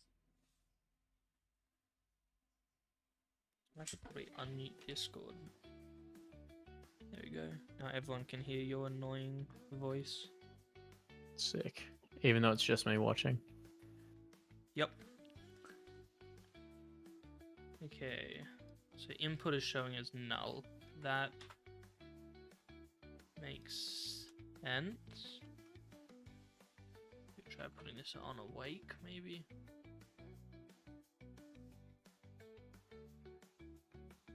Nope. Okay. What handler instance input?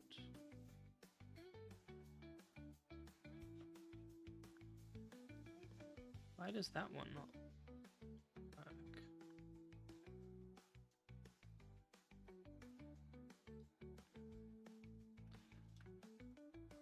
Wow, just not even gonna respond to your chatter. Nah, I only respond to good chatters. What the fuck? Well, I can't hear it when there's no, like, with no filters. Well, that's good. I genuinely think it is the 3-band. The 3-band equalizer. Yeah. I try all them but it. This is me trying every filter on my microphone without the 3-band equalizer. Okay, so start's just not running. What's going on here? Private void. What's the difference? I mean, it's still kind of there, but not as much. Like, it's definitely not as noticeable. Yeah. Like, I can screen share with you and you can quickly listen to it if you want. Good. Let me go mute my music. Yeah. I'll just share the actuals.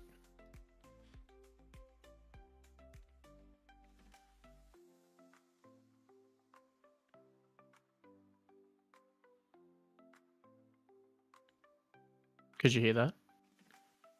I can't hear anything. Oh. Maybe I'll switch to what it's sharing then. I'll just share the actual screen itself. Boop.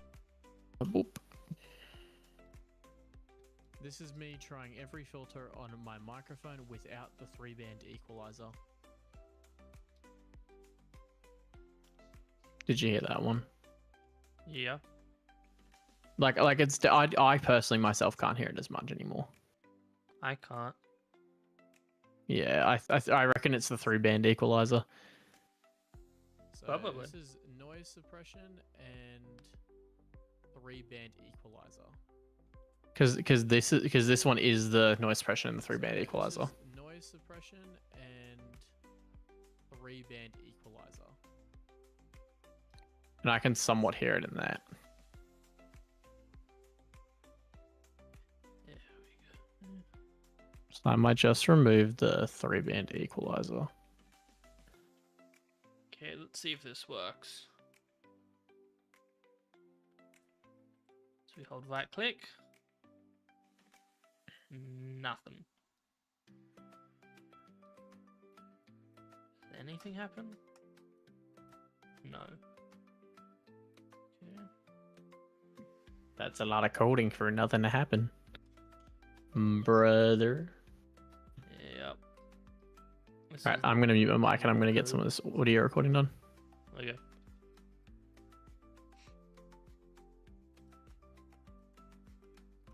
Okay, so it's not even detecting right click at all. So we just need to fix that. Okay. I mean, that's easier to fix. If it's just not detecting right click, then we just have to figure out why it's not detecting, essentially, right? Like, let's debug log input, make sure that input is correct in at least one way. And nothing's running. Okay, so update's not running either. Let's stop and recompile again.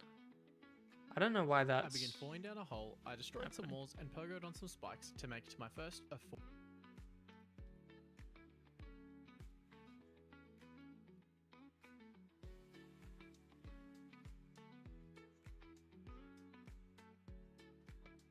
There we go, okay. Input is happening. Oh, there we go, okay. It does work. Awesome. We got it working. I don't know what's happening with Hot Reload, which is the plugin that I use to not have to recompile code and wait a minute every time. But it's just not saving. Okay. Hold right click. Goes back there, and then you're holding what will have a capsule in your hand.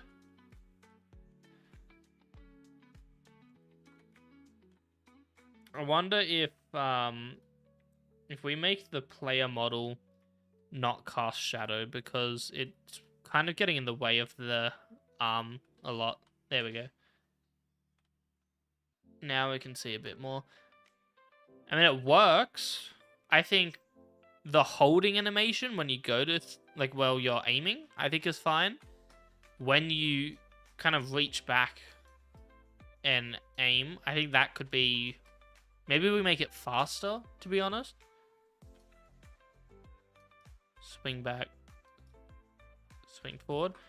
I think we'll try to make it faster. So let's go to the aim animation for root and make sure that's active. Yep. And let's figure this all out. Right now it's a 25 frame animation. So we can cut this in half. Probably. Maybe we go, let's try 16 frames. Which would put this at frame 16. Let's try 20 frames first. 20, which means that we'll go...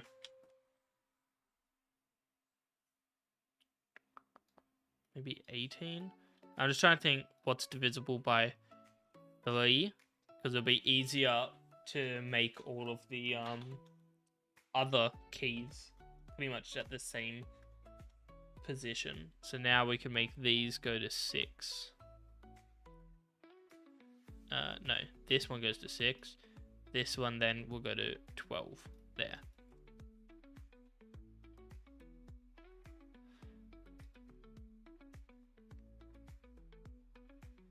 And just swings back and is there. I think that'll be fine. What I want to do, we need to change the capsule constraint again. So let's do that. There we go, object mode here. And now it's going to be frame 12 will be when it grabs. So we'll just move both of these down there. That way it still grabs correctly, which is good. Now we can probably go ahead and add in the throw animation. And honestly, we might not even need a put down animation. So let's just go with throw for now and see if we even need put down. So for the storage capsule, let's unlink for now. Put us in aim action, which is here. At the end, then we can close aim action. And this will be a brand new action, and we'll call this one throw action. And we'll make all of these our frame 1. Now we need to essentially make this a throw animation, so we'll go about 10. Well, okay, we'll try the same speed as aiming initially, so we'll go every 6 frames up to 18 frames, which means it will go frame 18 should be throwing, so I guess technically frame 9, if we're gonna try a half throw for now, is we'll pull back our shoulder, and then on frame 18 we're going to essentially just put the shoulder right back in place. And then the forearm, let's go frame 9, and then on frame 18 we're just going to throw the capsule like so. Now that right now is a slam down. So we'll go up and swing, and this is where we'll have our wrist flick back. So frame 14 will be the same, and frame 18 we want our wrist to have pulled back like that.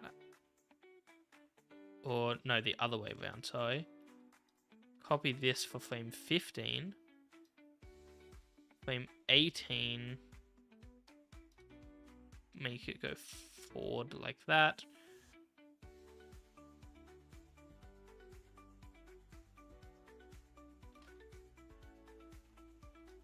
Okay. We want our shoulders not just to go up and down, because that's how we're getting the stiff look. So we want it to actually rotate out. Same thing with the forearm. Forearm should be rotating out and even rotating further back.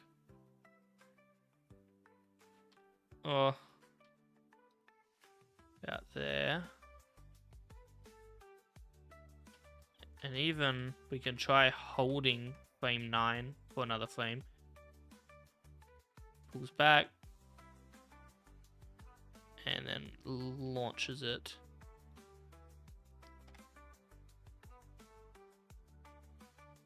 And that launch should be faster than actually rolling back, which means we could even drop like a couple frames. if we needed to. Maybe not.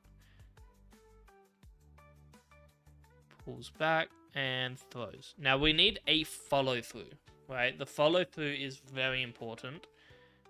And technically we want this arm to actually end up kind of back to its idle pose. So what we'll do is we'll go like frame 22 or something. We're just going to like near fully reset it. Sort of. I mean, it'll be lower like that. If anything, we can delete frame 18. Go pull back like so.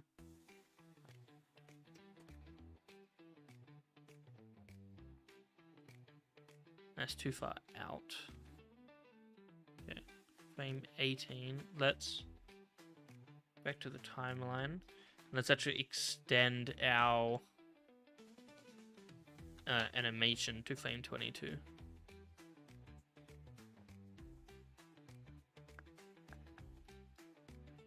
Make it frame 21.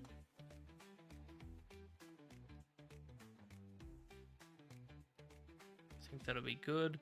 And what we want is we actually want to still be pointing inwards because we're launching with a lot of velocity, so it's a lob essentially. And like even here, I mean, this should be held as far back as possible, and then you just lob it.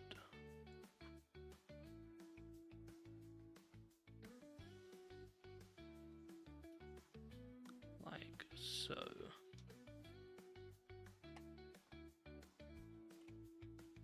I think that's good. I think we do need to speed it up though. So instead of taking nearly a full second, right, because of 24 frames a second, this should be shrunk in half. We can do that by going size 0.5. Go here. And that puts us at frame 11 for the full animation. It's a bit hard to tell right now because of the loop, but that yanks it back, yanks it forward really fast, which is pretty decent. I mean, put this forward, make the whole forearm go down.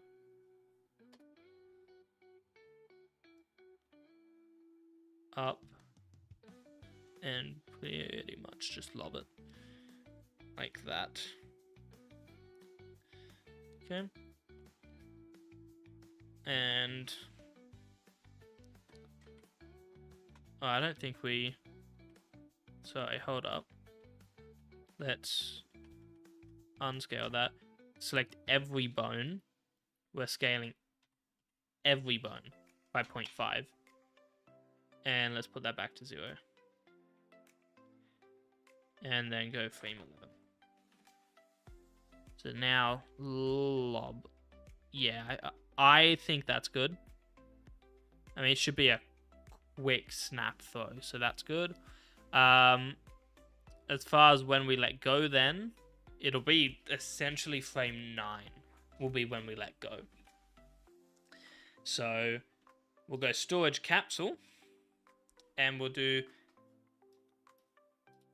a separate action.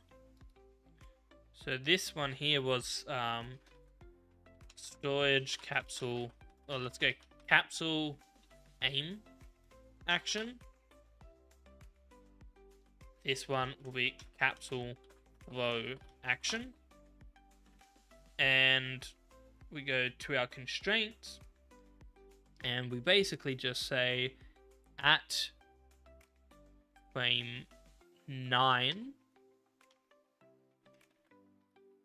we should have full influence. At frame 10, I want no influence.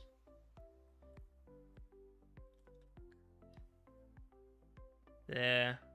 Lob it. Now the hard thing is we need to keep the capsule as if it had all the influence. Like we're hitting set inverse.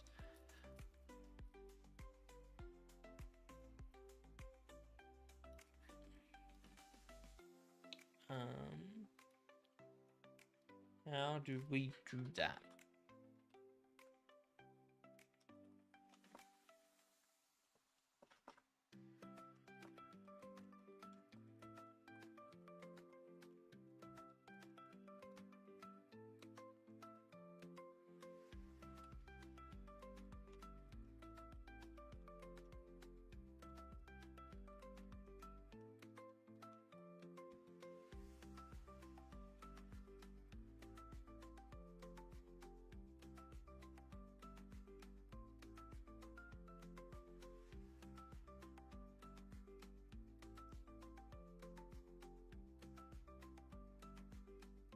Oh, okay. So if I actually keyframe the movement, like the position, no, that doesn't do anything.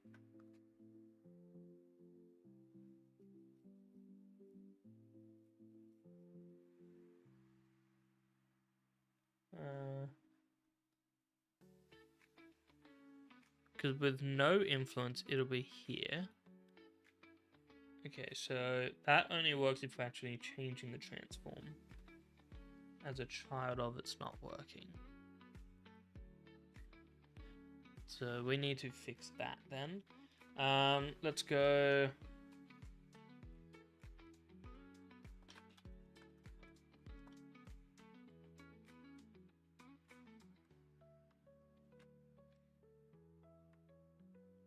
I mean, we don't technically need to do this in the first place.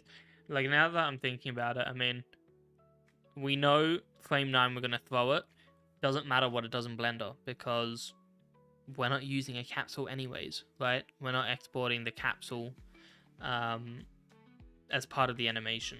We're doing that separately because of Unity. So that should actually be fine, frankly. Let's go ahead and export this then. And export this as our aiming animation once more. And we're going to re-import it back into Unity. So aiming animations, let's just delete them. And then we will re-import them. There we go.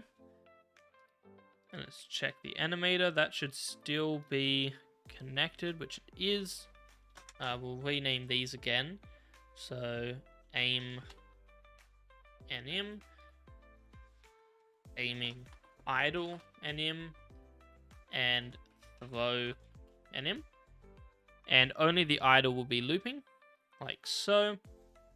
Now let's add in our throw animation, which throw animation will transition back to idle when it is complete. So we'll just have exit time.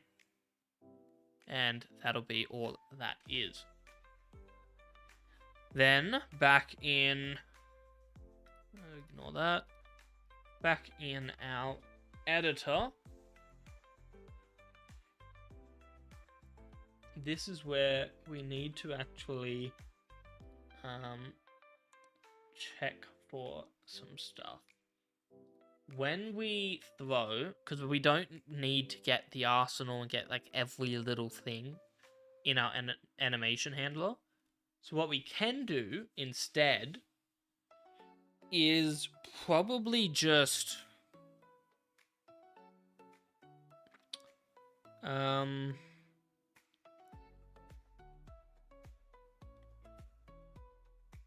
the player stops, we could add a boolean is aiming, I guess.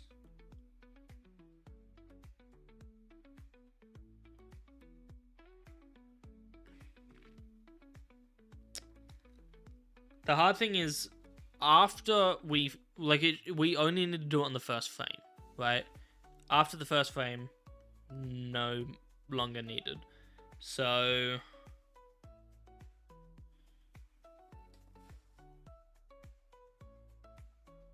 we can say maybe we can set a boolean and then check the animation so that if it's already aiming, we can try that. Let's go hide in inspector for a public boolean called is aiming. And when we start aiming up here, is aiming is simple to true. So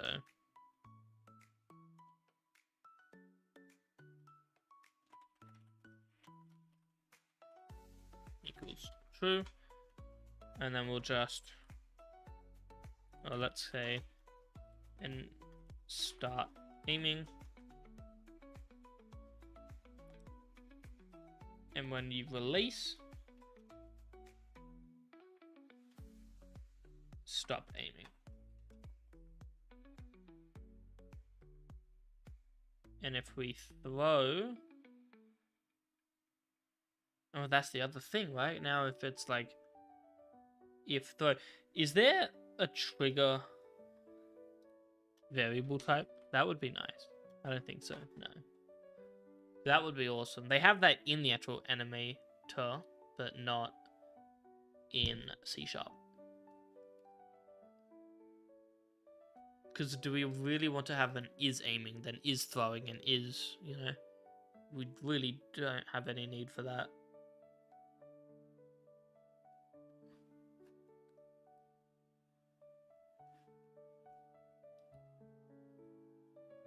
Let's see.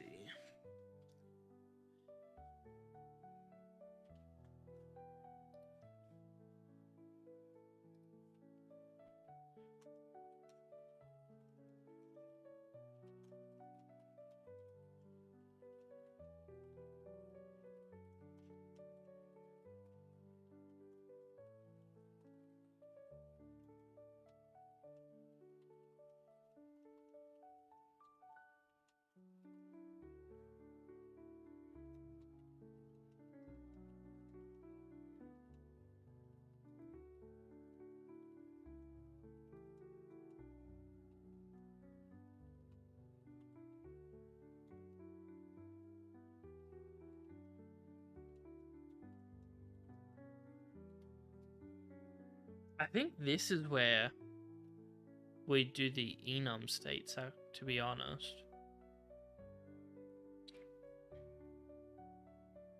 Like,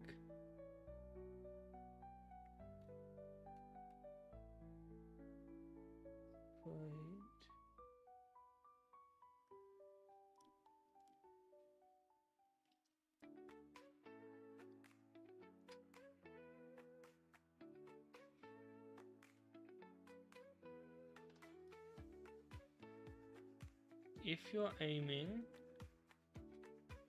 and you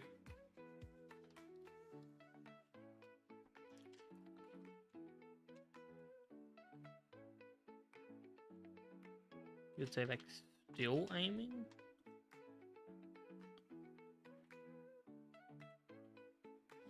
and if we get the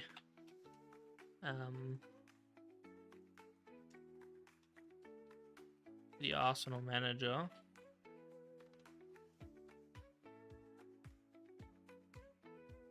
then all we have to check is if the Arsenal manager dot is aiming. So if we are aiming and we are not still aiming, so this is the first frame, then we'll start to aim. Otherwise, if we are no longer aiming,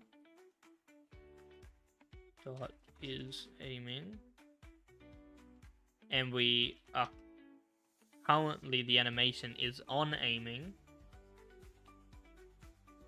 then we'll go back to idle, and then we just need to add in throwing again.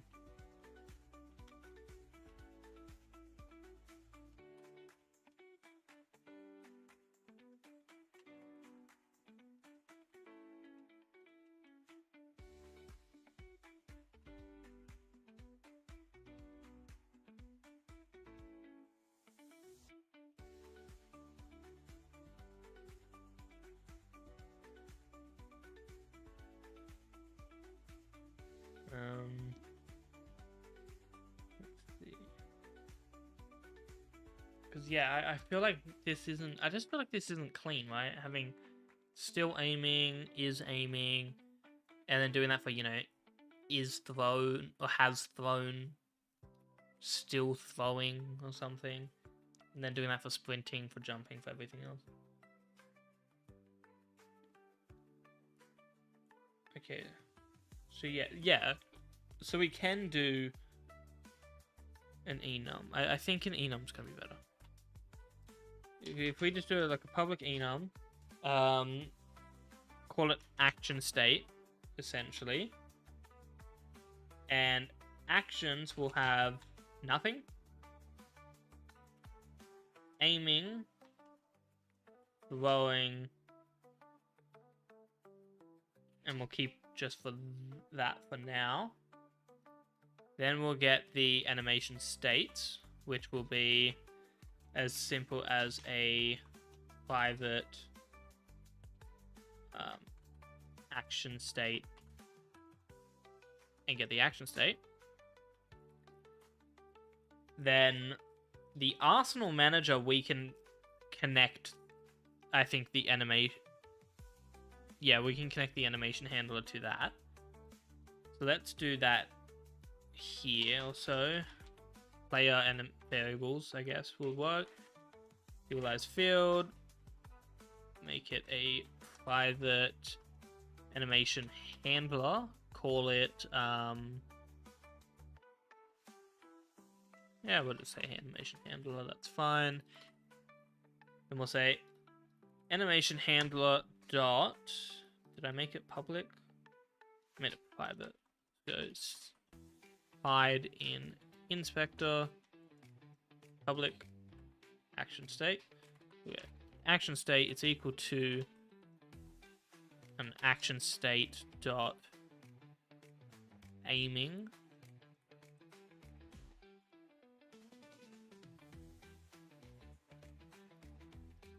And then to stop aiming, we just set the action back to nothing. And then for throwing, we start throwing. That makes sense. And then how we actually handle it then becomes the question, where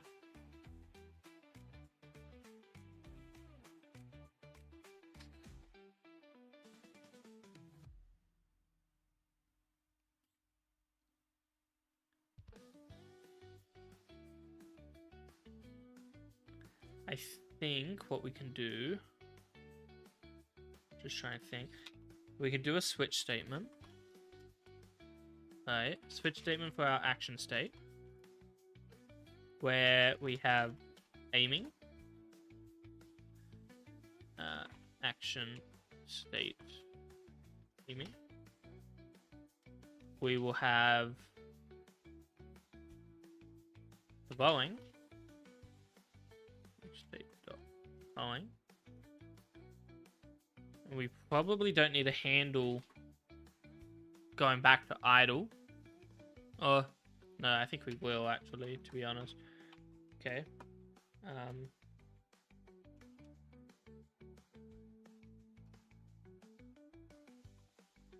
Action state dot none.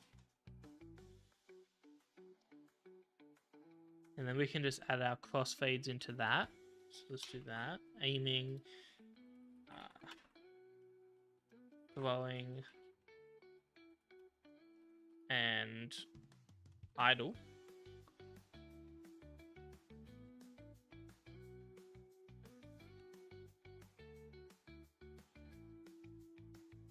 And then for throwing, after you start to throw,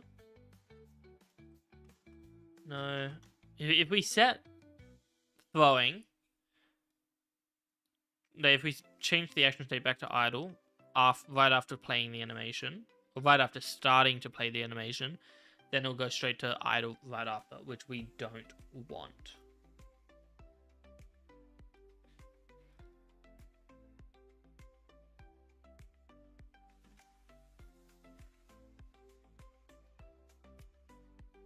So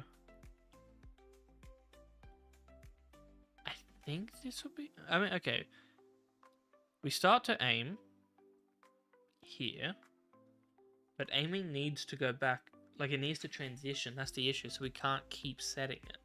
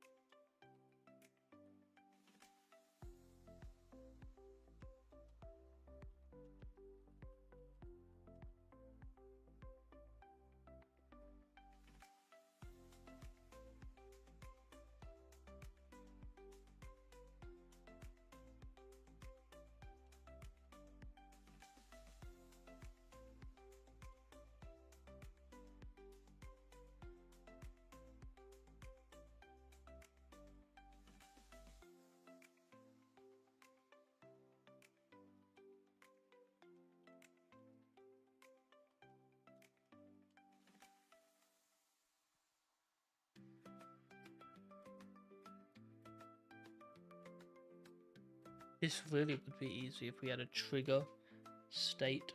That would be nice.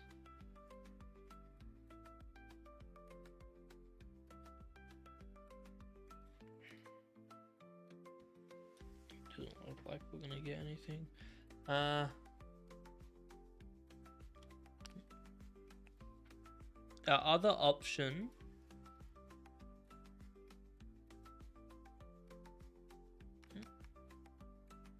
I think my headset might have just died. That's not good.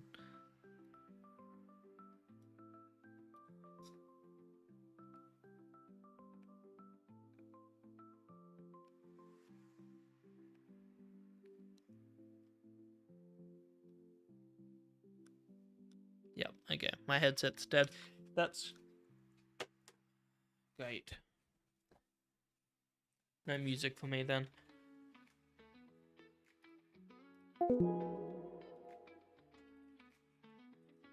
That's fine. We'll finish this off and then we can end the stream anyways. Okay, so what we could do is we could add a boolean instead of having one for everything though, right? Like a still aiming, still throwing. We could have a action transition boolean, and if the action transition boolean is true, so if we are in a transition, don't play this again.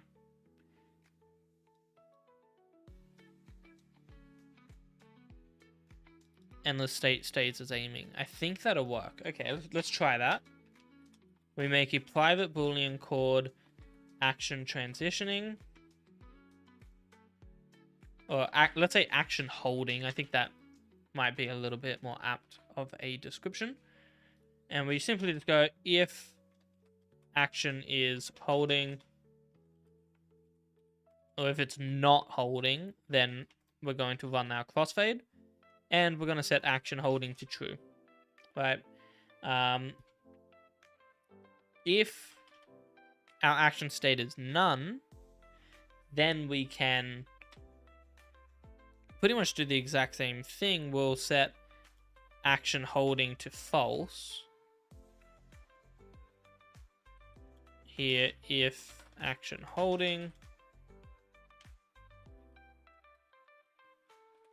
action holding is true.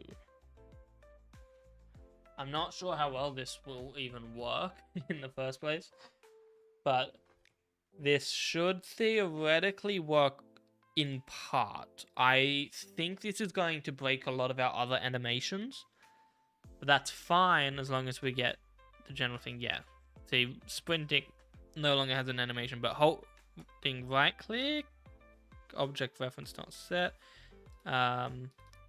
that's the animation handler. Sorry, let's go here. Let's try that again.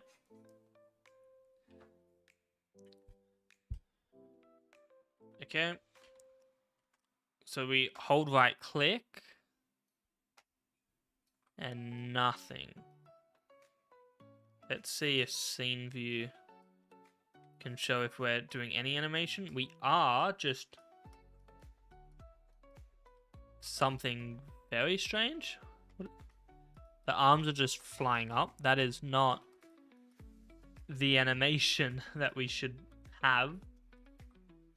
Okay. Let's make sure our actual animations are correct. They should be, but might be worth having a look. There's no preview for this. Okay. We might have exported these wrong. Hold up. Let's export everything as an FPX. Aiming animation. Let's delete this and re-import it. There we go. Okay, that looks correct. Let's just rename these again. Aim.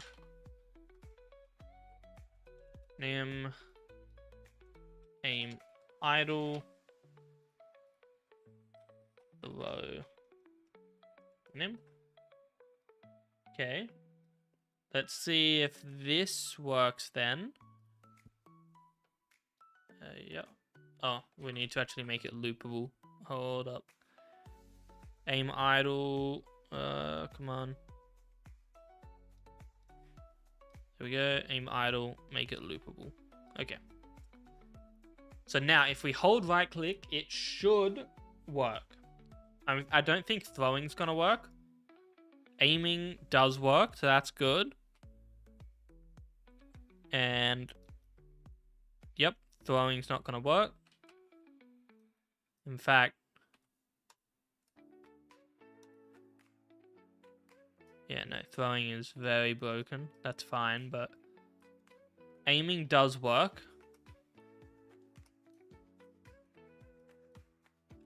So if aiming does work, let's figure that out. We start aiming and then we stop aiming. That's very simple. And therefore our transition is holding. When throwing, we should always have the throw animation. We are also, by the way, throwing and still aiming. So we need to fix that. That one, I guess. I think the easiest method would be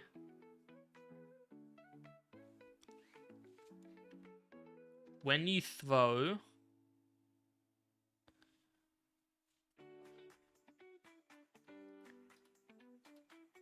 stop aiming. We could make a boolean. Actually, well, we already did make the boolean is aiming. So when you start aiming, we could still say is aiming is true, but this is not for the animation. This is just for gameplay. Where when you throw, first when you release, is aiming will be false. If you throw, then is aiming will also be false because we've finished the aim. Okay. So that will fix aiming still being held, so that's good.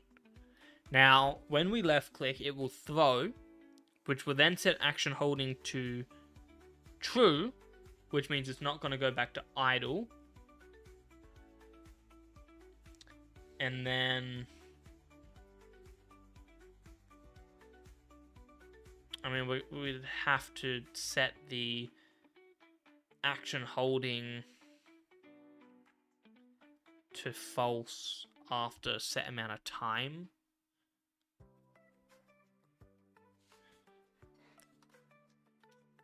Wait for seconds, 0.1f. Let's see. Can I do a wait I mean, maybe we just add a timer.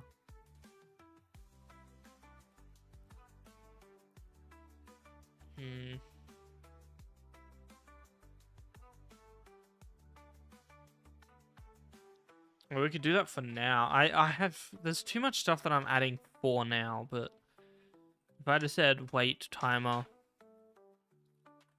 and said wait timer plus equals delta time,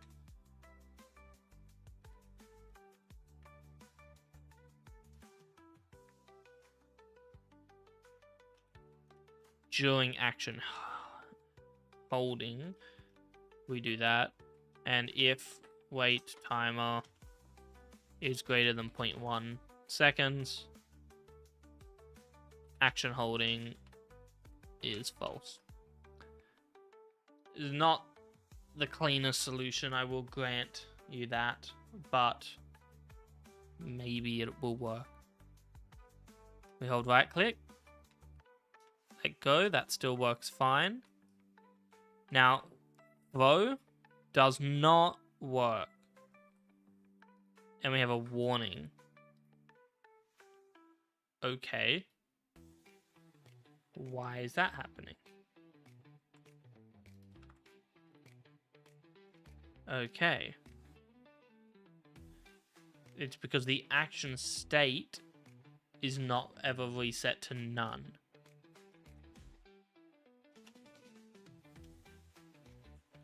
So not only does action holding need to be set to false, our action state needs to go back to none. This is a very messy solution. I think we'll find a better one for next stream. But it'll do for now. So we hold right click, I throw. I mean, it goes back to idle, so that's good. Let's try after that. I run up. Okay, so right clicking is still working. That's not good. I don't know why holding right click. Actually, no, I do know why. Because down here, we also need to check. Are you aiming? Right? You have to not be aiming. Well, so you have to be aiming in order to grab the slime. I don't think this is the throw animation. I will say that much. I mean, we'll just check. I think that's just the animation being reset. So now at least holding's not working. Now if I hold right click at all, it's not working. Why? That would be why. Is aiming should be true anytime we hold right click. There we go. Great. That does not work. Okay, I have to fix that. Okay, so this is our when we throw, as opposed to, yeah, I don't think that's our throw animation. So throwing is still not working. When we throw, is aiming is false. That's fine.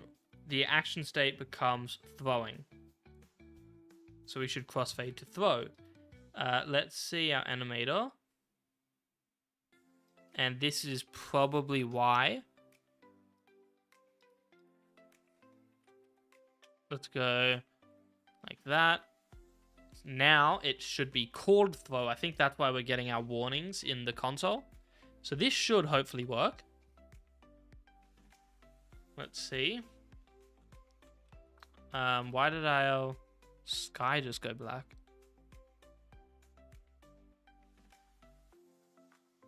Don't know what was up with that. Okay. Hold right click, let go.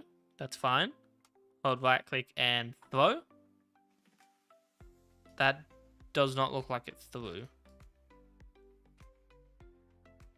Throw.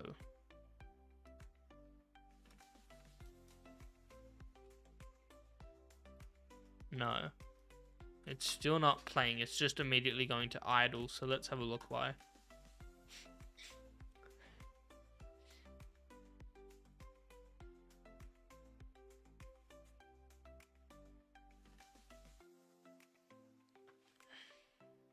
First, we should be resetting wait timer. That's for sure. So when we left click, throw will become active. I mean, honestly, we can always try it by just not crossfading back to idle.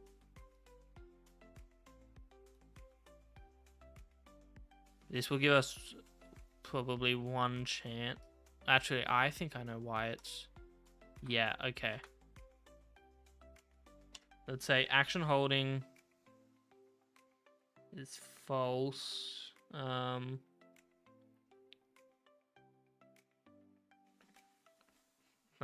we're aiming. When we throw, wait 0.1 seconds, and then go to action holding equals false. Let's go wait 0.5 seconds, but action holding should become false, which means that the action state goes to none. We're not crossfading to idle, which we don't actually need to anyways.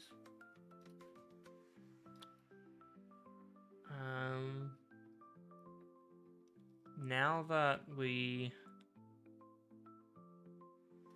have a longer wait time, is that going to do anything? No.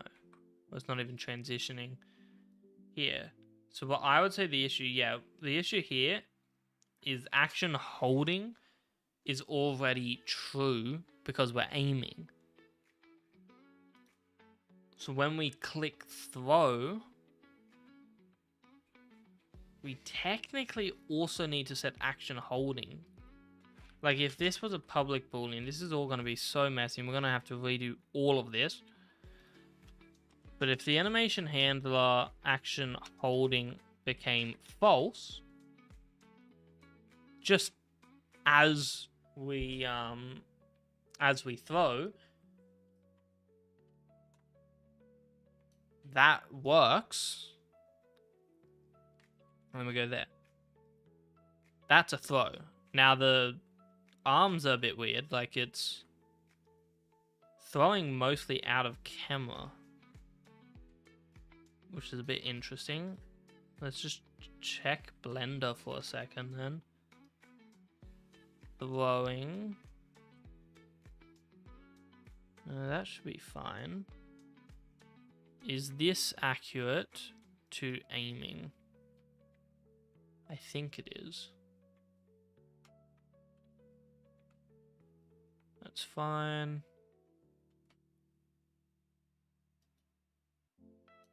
It just immediately... Okay. I get it. I understand. We are... Rolling is an 11 frame thing. Actually, what? Okay, maybe I don't understand. Because we're waiting 0.5 seconds, right?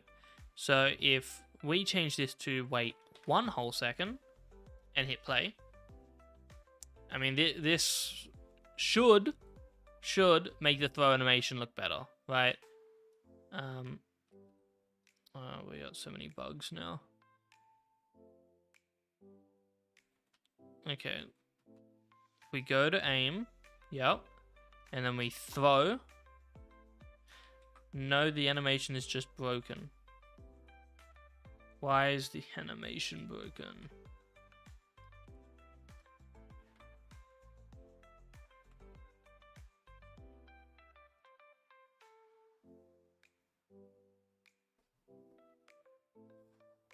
I have no idea. I think we're just making this too complicated.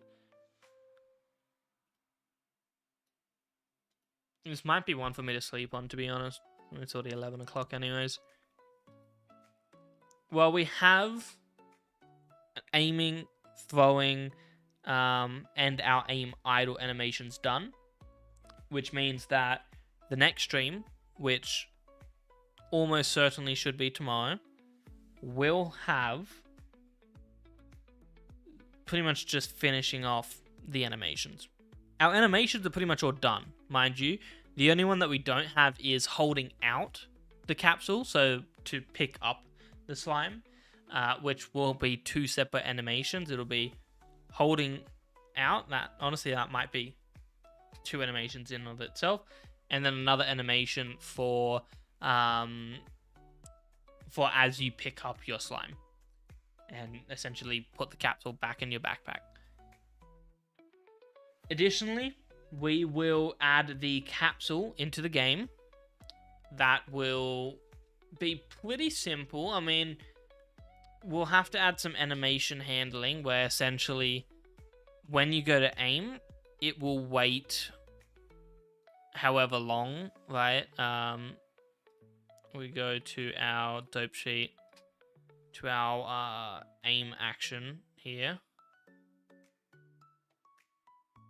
which is, I think it was it frame 9?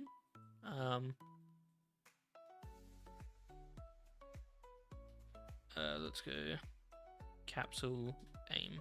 There we go. Okay, frame 12 when we actually grab the capsule.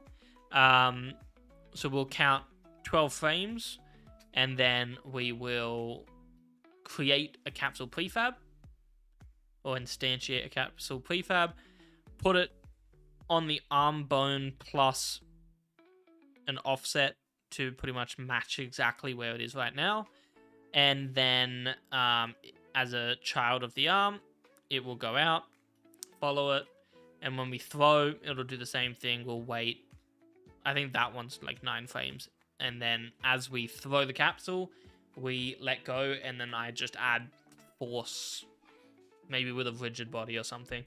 I think that's all we need to do, but that'll be next stream, which will hopefully be tomorrow. Here's hoping, but I will see you all then.